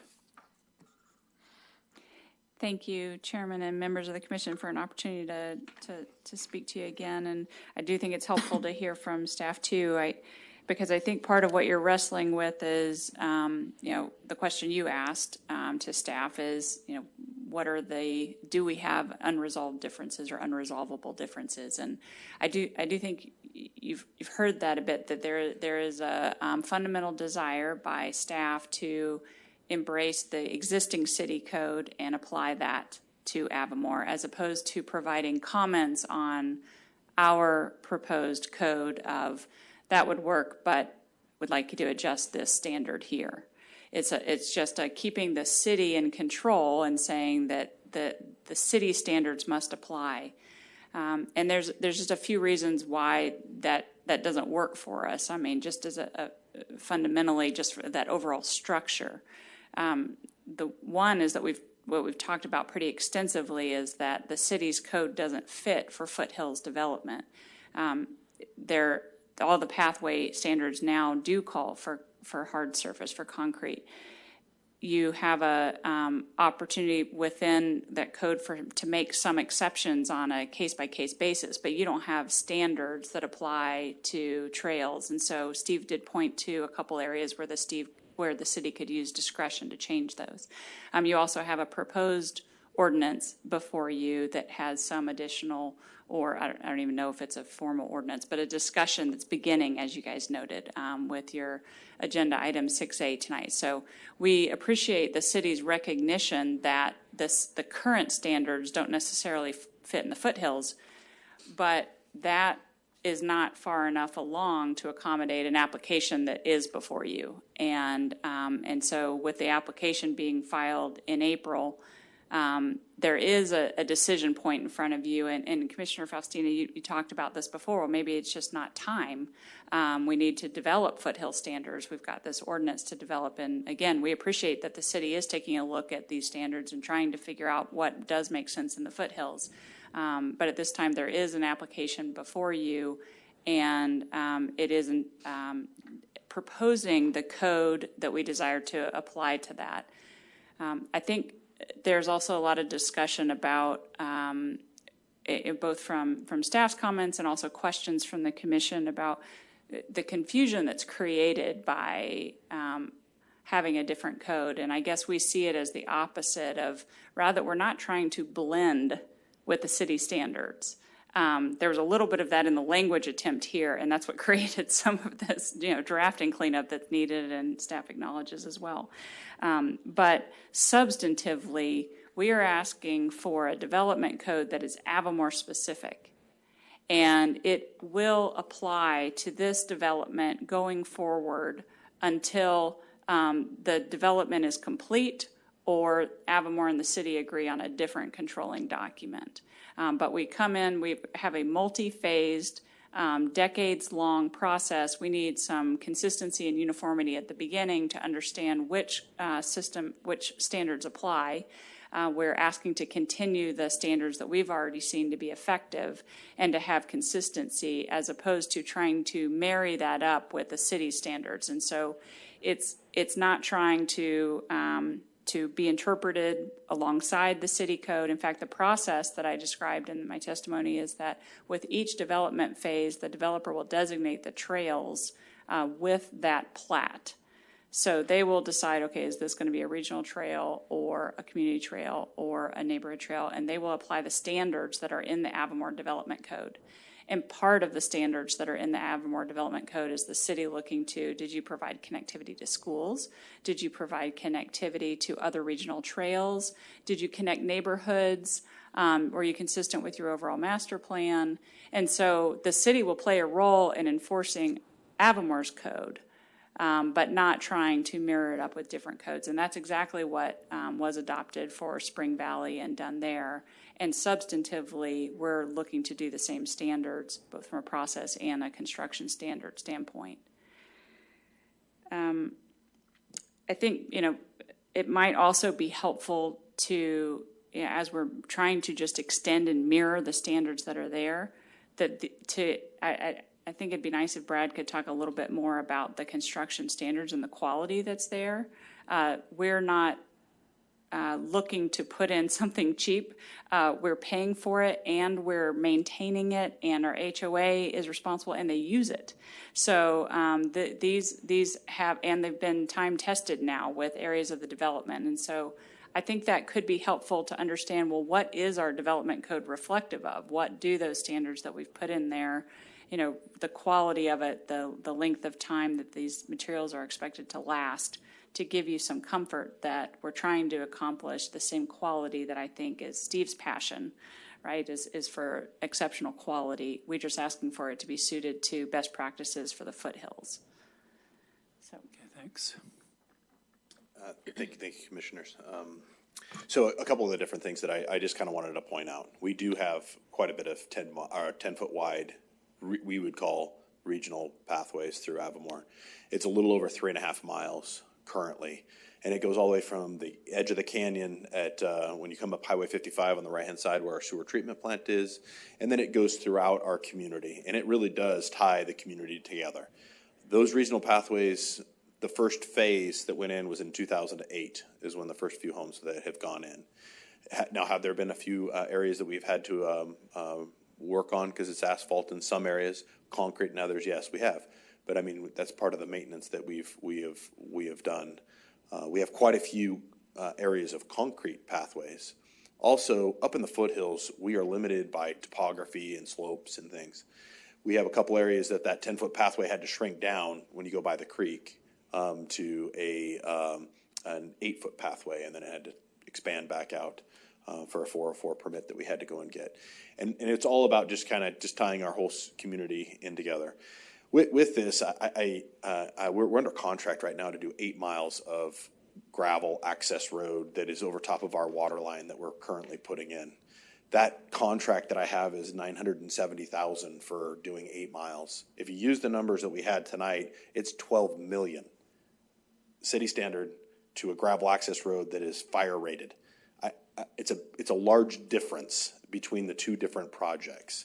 And so all we're saying is that we are battle tested with our pathways, sidewalks, designs that meet fire ingress egress in specific areas that allow for pedestrians to access and go and be able to easily go one way or the other. That 8 miles currently is under construction. It's going to go in. It was going to be part of this regional Willow Creek Road over to Highway 55, would take place and be active by next year. But again, if we're having to go back and completely redesign it and put in fabric underneath it, root barrier in a lot of different areas, and then we've got a 20-inch water line underneath it, idle powers underneath it. There's a lot of different things. It makes it a lot more complicated. And so I guess I'm diverging off that a little bit, but we put things in not to last 1 or 2 years. We're going to be here for almost 40 years just developing the project. We have a long time that we've been here, and we've shown that we're not skimping on our put a little bit of gravel here and call it a regional pathway. That's not what we do. We have a lot of people that put a lot of thought into where our pathways go and the designs that are there. And I guess we started this process, and we came out with our 11B trails, and it mimicked Spring Valley identically. Then we met with staff during this process, and they said, hey, we understand that that's what you want. You need to modify this to be closer to city code so that we can kind of see it. So that's what we tried to do. And then we got back to the point of, no, you need to just adopt city code. Well, it makes it extremely difficult to adopt city code when city code is designed specifically for riparian areas along the Boise River, and we are not along the Boise River. And I guess I'll stand for any questions. Mr. Chairman, I've got a question to follow up with that. So I've heard money was a reason for a different path structure than city code. What other reasons within the current city code, and you know, Steve shared that there are some areas, and maybe some of it's naming convention, right? But I was concerned about the equestrian, and I think there's a way to do it. You might just have to come in front of the commission and planning a couple more times to get it approved. But what, I guess I haven't heard in your presentation tonight, why can't you go by current Eagle city code from a scientific development standpoint? I understand there's probably a lot of dollars, but I'm not concerned about that. What I'm concerned about is there other reasons from you say topography. I'm not a scientist, so I need to rely on the information. If staff is saying the code fits the area, what we have fits the area, and we can streamline what we do in the city of Eagle, because ultimately, you know, I keep hearing the Avamore code. Well, you want to be Eagle, so I'm looking at Eagle code.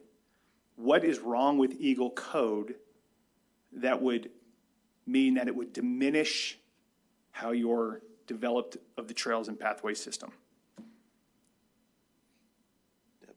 Yeah, let me jump that one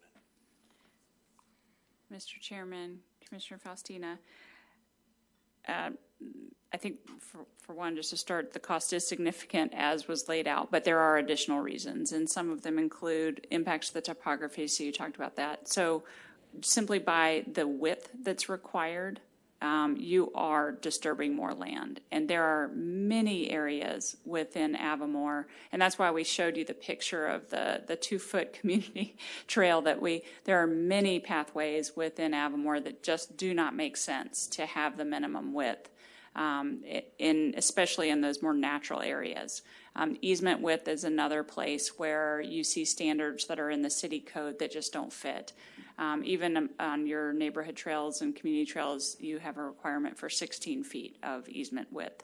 And obviously that's not going to fit in the areas that we're trying to, you know, put a path wherever we can to connect any opportunity that we can. And so those are other specific examples where it just doesn't work for the varied topography, and also, as Brad noted, where you've got areas that squeeze along creeks. And so Avamore has thoughtfully designed trails that are less impactful, even in areas that are flat, so you potentially could, or flatter, so you potentially could fit a wider concrete path. It's not the design and aesthetic of the neighborhood to be all paved over. And so there's an aesthetic value to it as well, that the vision is to keep things very natural and rural, and that's why there's a lot of this kind of mixed material, and really used to great aesthetic within the development. So it's a desire for appearance as well.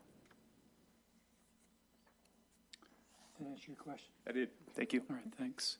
Any other questions?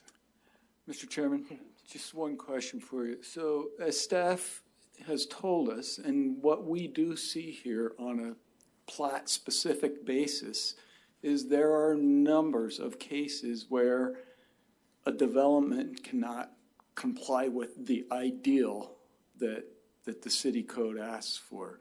And so on a plat-specific basis, there are variations. Is there anything that you see that would be unresolvable at a plat-specific level?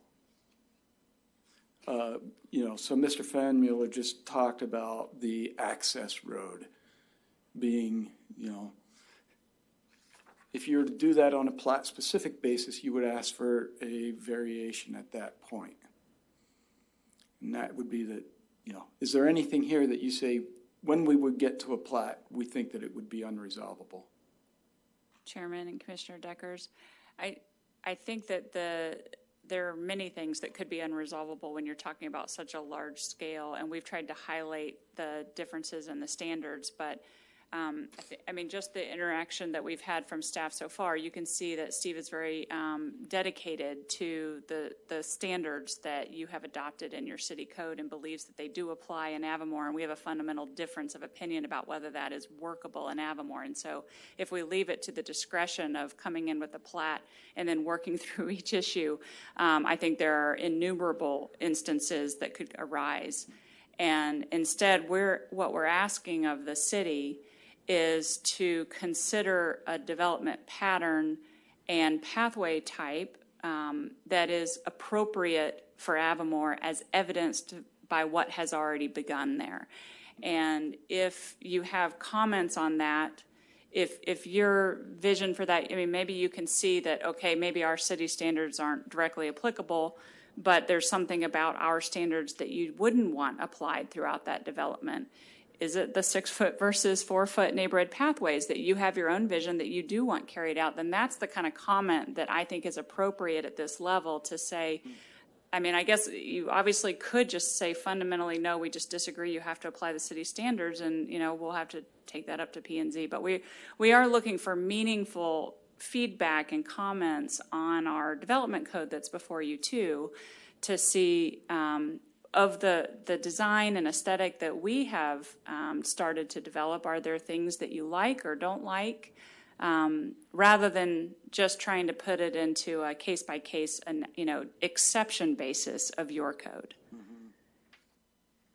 Mr. Chairman? Sort of follow up. So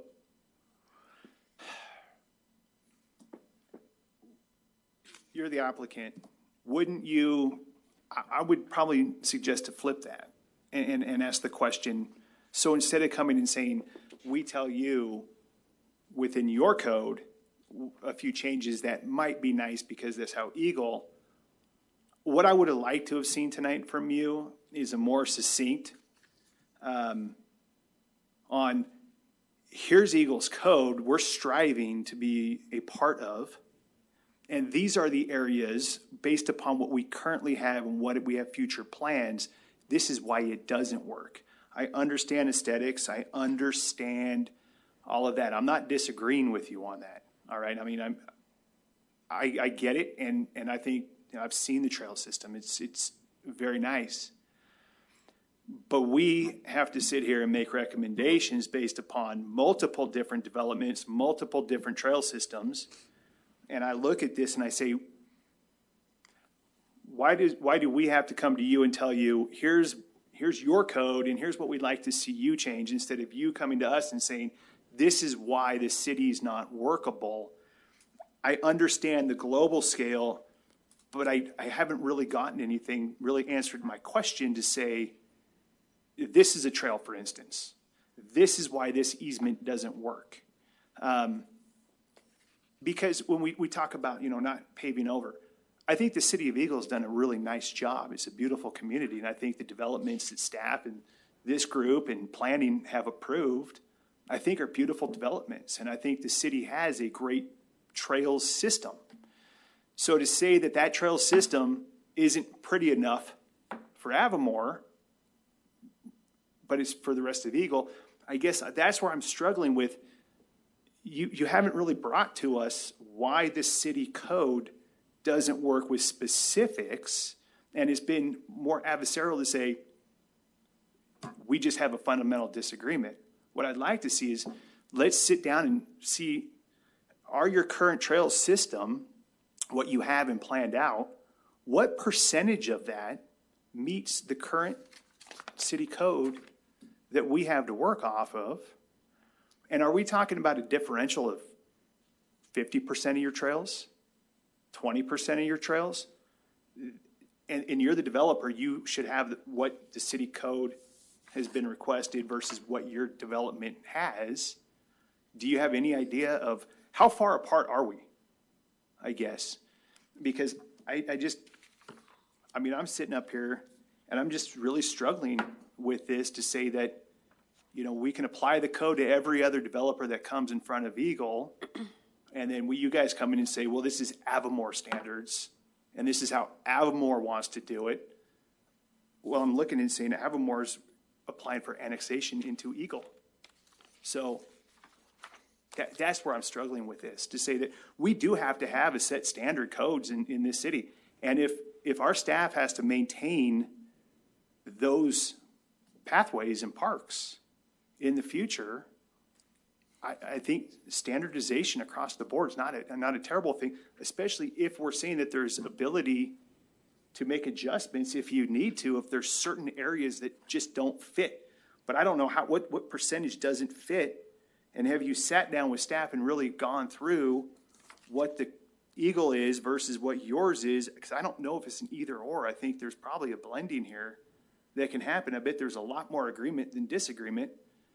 But I see two sides that have dug in, and so it's going to put me in my own personal in a position I have to pick a side. And I just haven't heard from you any reason why the city code is so unworkable. Chairman, Commissioner Faustina, we're certainly not saying that Eagle doesn't have attractive pathways. We're simply commenting that those pathways aren't appropriate in Avamore. And so we believe that you have a beautiful pathway system. We believe you have a beautiful city. And Avamore can be an important part of that and contribute trails. I mean, we appreciate the comments that Steve made about the value and the different types of trails that are going to come into Eagle to complement what you have. So this is not a judgment on your pathways or your pathway standards for different locales. We are asking you and the city to come into your city. So we understand that this is a request that we're asking to be integrated into your city.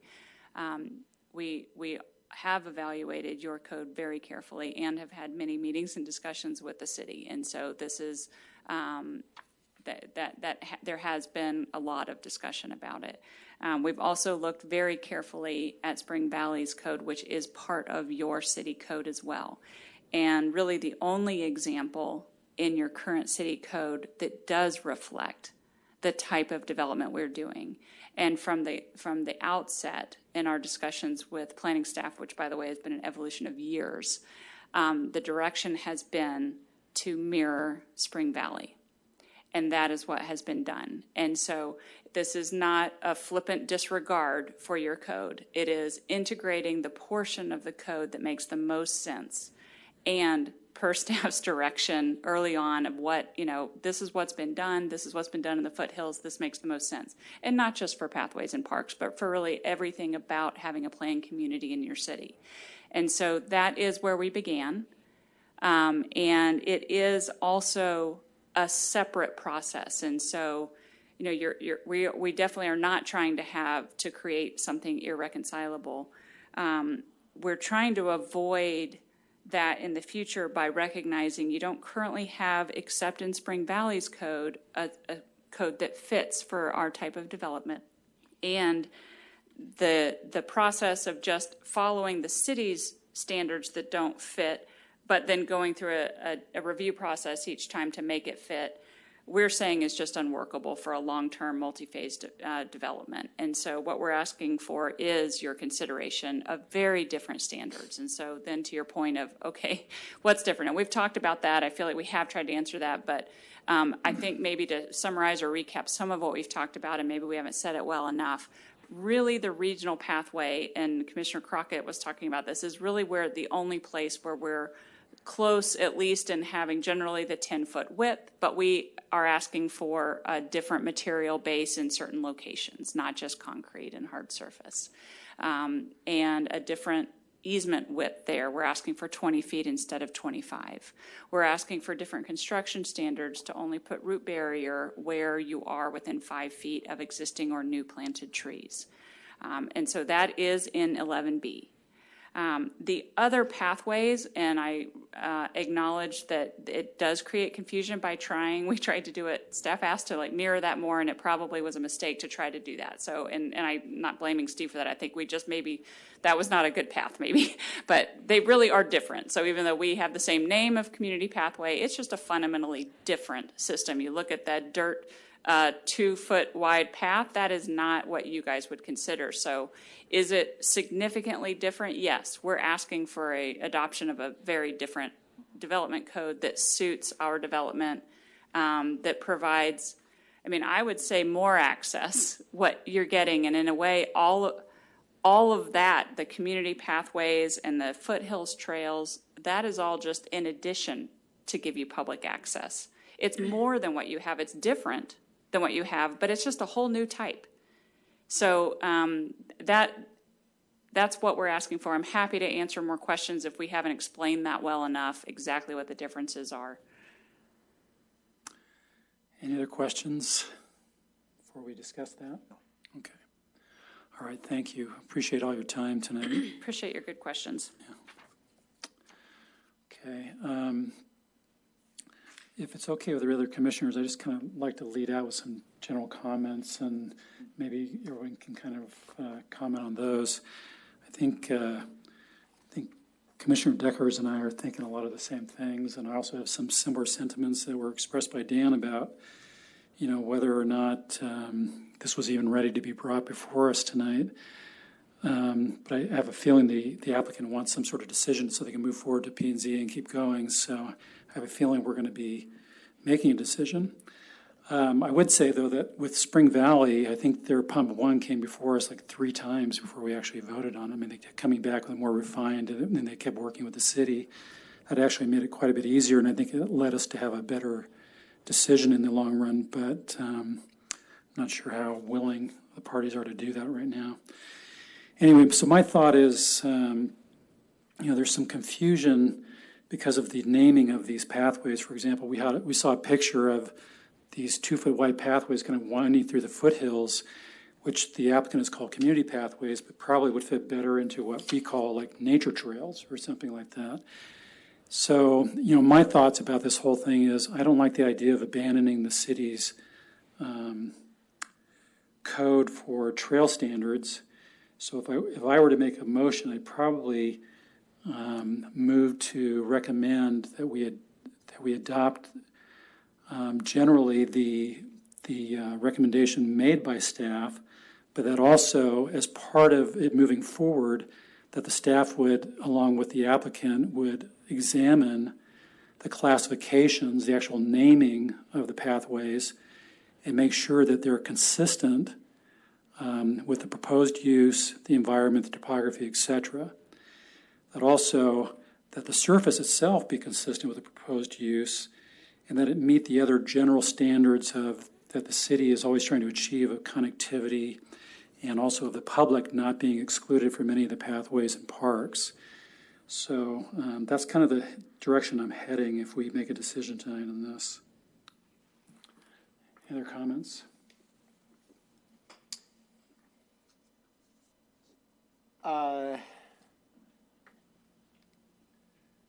The only thing that exactly was pretty much what I was going to say. The only thing that I might add is if it would be worth, with a lot of what we're talking about right now, is making them conform to the current city standard. It's going to end up bumping a lot against the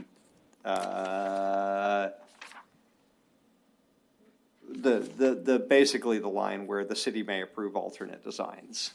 Right. Where would it be worth adding into our recommendation that we would recommend to look at those alternate designs on some of those, or is that just kind of obvious in our? I'm looking at you directly, Steve. I'm sorry. Is it worth us recommending that, or is that just kind of implied in the entire act? Go ahead. Yeah, and Dan, as Steve's getting his way up there, I think that's kind of what I was trying to point out in this idea of let's make it consistent with the use, topography, Yeah. et cetera.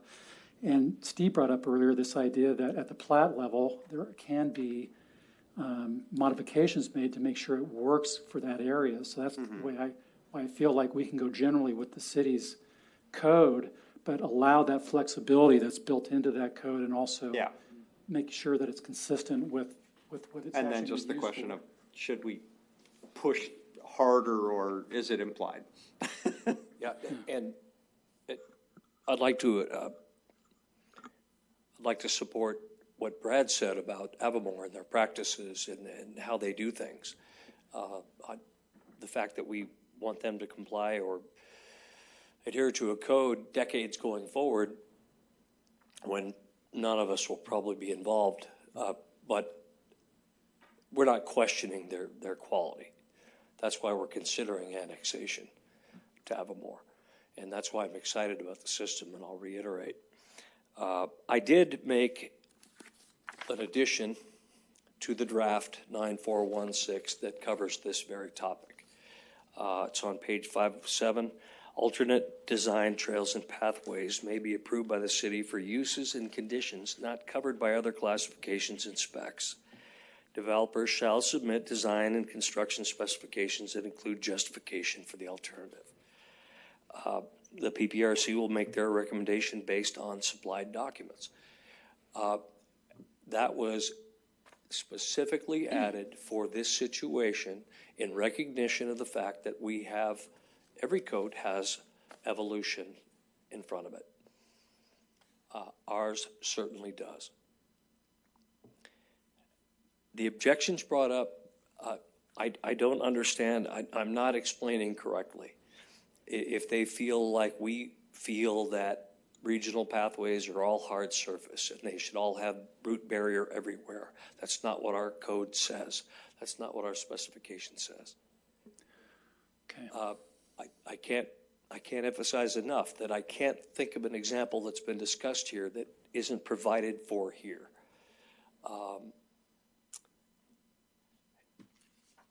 The objection that there's going to be differences down the road, there's going to be objections and site-specific complexity, that's going to happen. It's just going to happen. That's the way it is. That's how we move forward. I don't see any way we can write a development agreement that protects the city's interests and limits their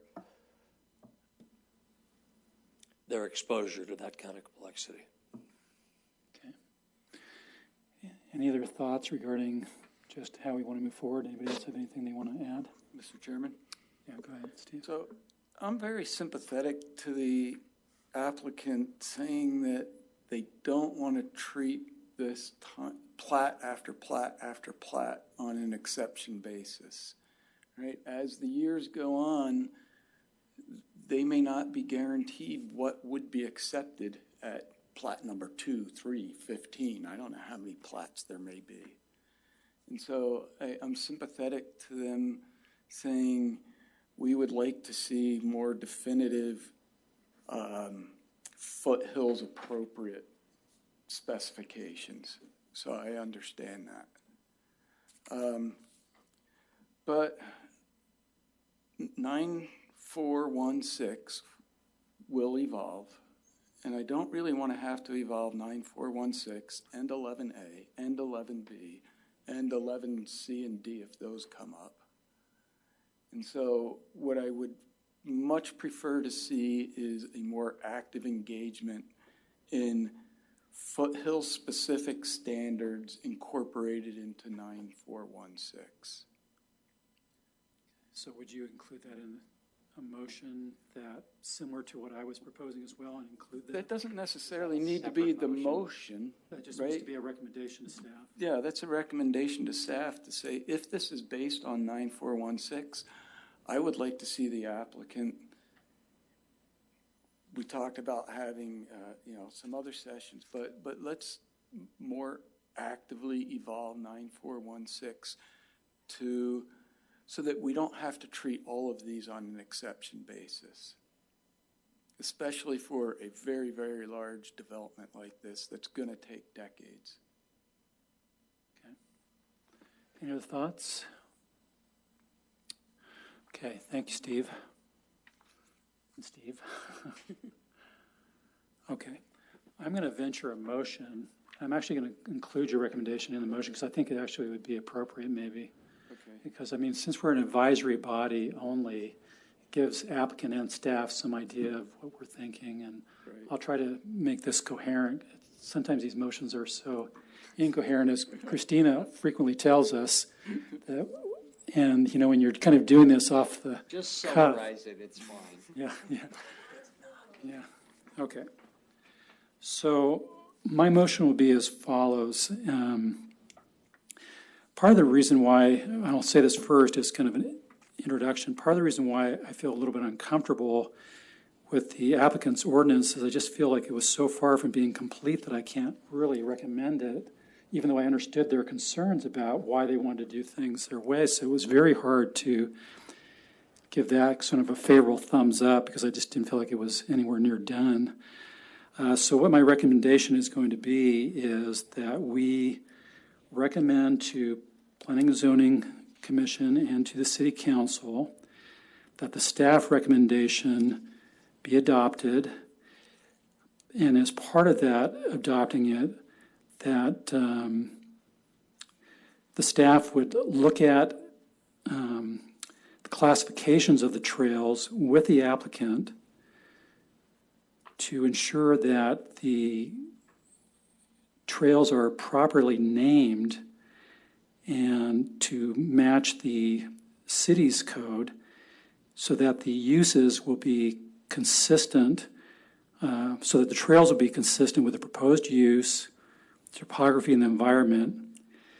That also the surface is chosen for the individual trails will be consistent with the proposed use, that the values that the city has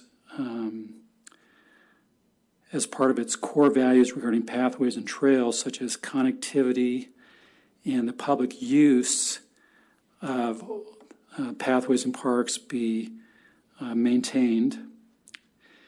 And then that that staff look at additional classifications that perhaps would help this applicant and any other applicants that are in the foothills have classifications that even more closely mirror what is needed in the foothills. Did I capture everybody's thoughts? Did I miss anything? Okay, that's my motion. I move to second that motion. Okay, we have a motion and a second. Any further discussion regarding this agenda item? Discussion. Okay. So I was really hesitant, to go with staff recommendation versus 11B, but as you said, 11B as written is not ready. We didn't really get active staff comments on 11B as written. And so it was not really prepared for us to be able to say, if we were to go with 11B, it's in a form that we could accept.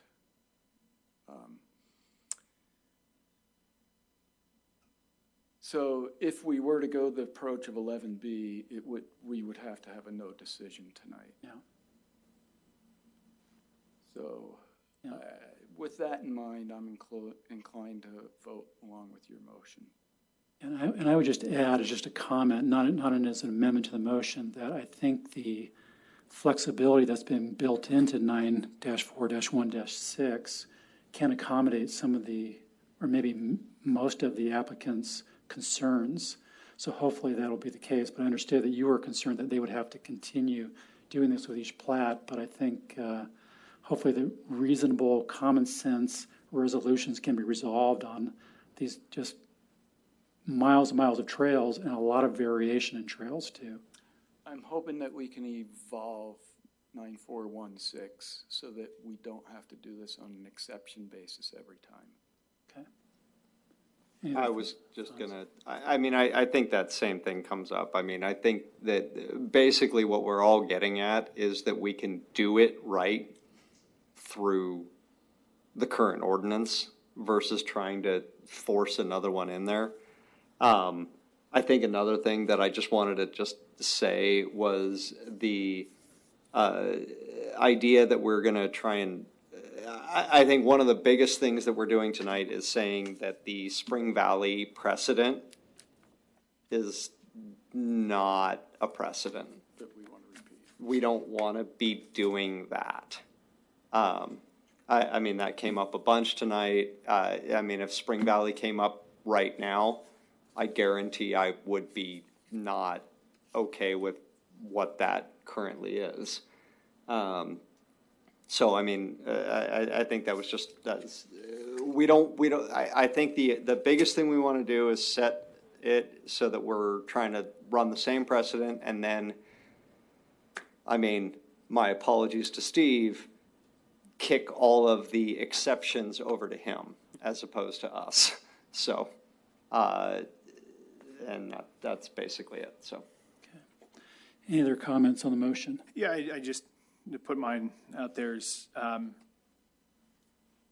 I guess I came in a little bit on the fence a little bit because I'm sympathetic to the development and maybe the lack of clarity. But as I read through this and talked to staff, number one, I don't think that we should be granting any singular development special set of codes. I think that we do need some consistency because it allows us and other commissions and eventually the council to be able to look at things in totality of our community. It allows staff to report back to us how many certain types of trails we have, what's the public use trails. Otherwise, we're trying to catalog and figure out each separate development. What does this look like? What does that look like? And I just don't think it's an efficient process, in my opinion, nor do I think any developer of any land should be given any special credence over others. I would like, I guess I'm a little disappointed too, that it was in my opinion, a line in the sand, heels dug deep. Not, you know, we're just not going to agree with staff. I think that I look at here and I go, you guys have community trail, we have nature trail. Like, I think if smart people get together, and I think you all are very smart and our staff is very smart, they sit down and look at this, and we're not even looking at the actual trail system tonight. So that's what I'm sitting here trying to imagine. I don't even know where your community, your trail, I didn't have that map that kind of showed each one and what it looked like. So I'm having to use my own thoughts here. But I do think like I said, I would imagine there's a lot more agreement than disagreement. And I think that we can evolve that and maybe use some of what Avamore has done as the standard to look at how can we evolve our trail system. But I think through just simple, maybe name changes, we could probably get there. And I don't think you need to come back and back and back. I think that there's within our certain code, but I think because it was well known that we don't have time to come back and review this further and have a updated document that, you know, things have to move forward. I'm inclined to support the motion and move to staff's recommendation. So that's where I'm at, but I would like to make the recommendation to staff to say that I do think we need to address this because if it's coming up now, it's going to come up in the future. And you know, if we're going to set standards and make approvals or recommendations, I would feel a whole lot more comfortable if we had a more vetted and developed process and understanding of the different topographies and how the trails can go in there. So, you know, me as a commissioner, that's my request to staff is let's, you know, I don't think we need to just say, deal with it, Avamore. Let's move that forward because I think it will benefit theirs and future developments. Okay, thank you, Dan. Crystal, do you have anything to add? Or okay. I think my sentiments have been well represented by the rest of the commission. All right, thanks. Okay, any further comment? Okay, we have a motion and a second. All those in favor say aye. Aye. Any opposed? Okay. thanks, you guys. I'm sorry it didn't probably turn out exactly how you wanted it to, but we did the best we could with what we got. So appreciate all your time. And I hope that there's much further collaboration because, like I think was said, I mean, you guys, you have an excellent thing going on up there, and we have a great staff, and I just think that it can work for sure, and nobody wants to send you guys away. So anyway, thank you. Okay, does anybody have anything else they want to bring in front of the commission tonight? Okay, seeing none, this meeting is adjourned. Thank you, everybody. That was good work. Hard.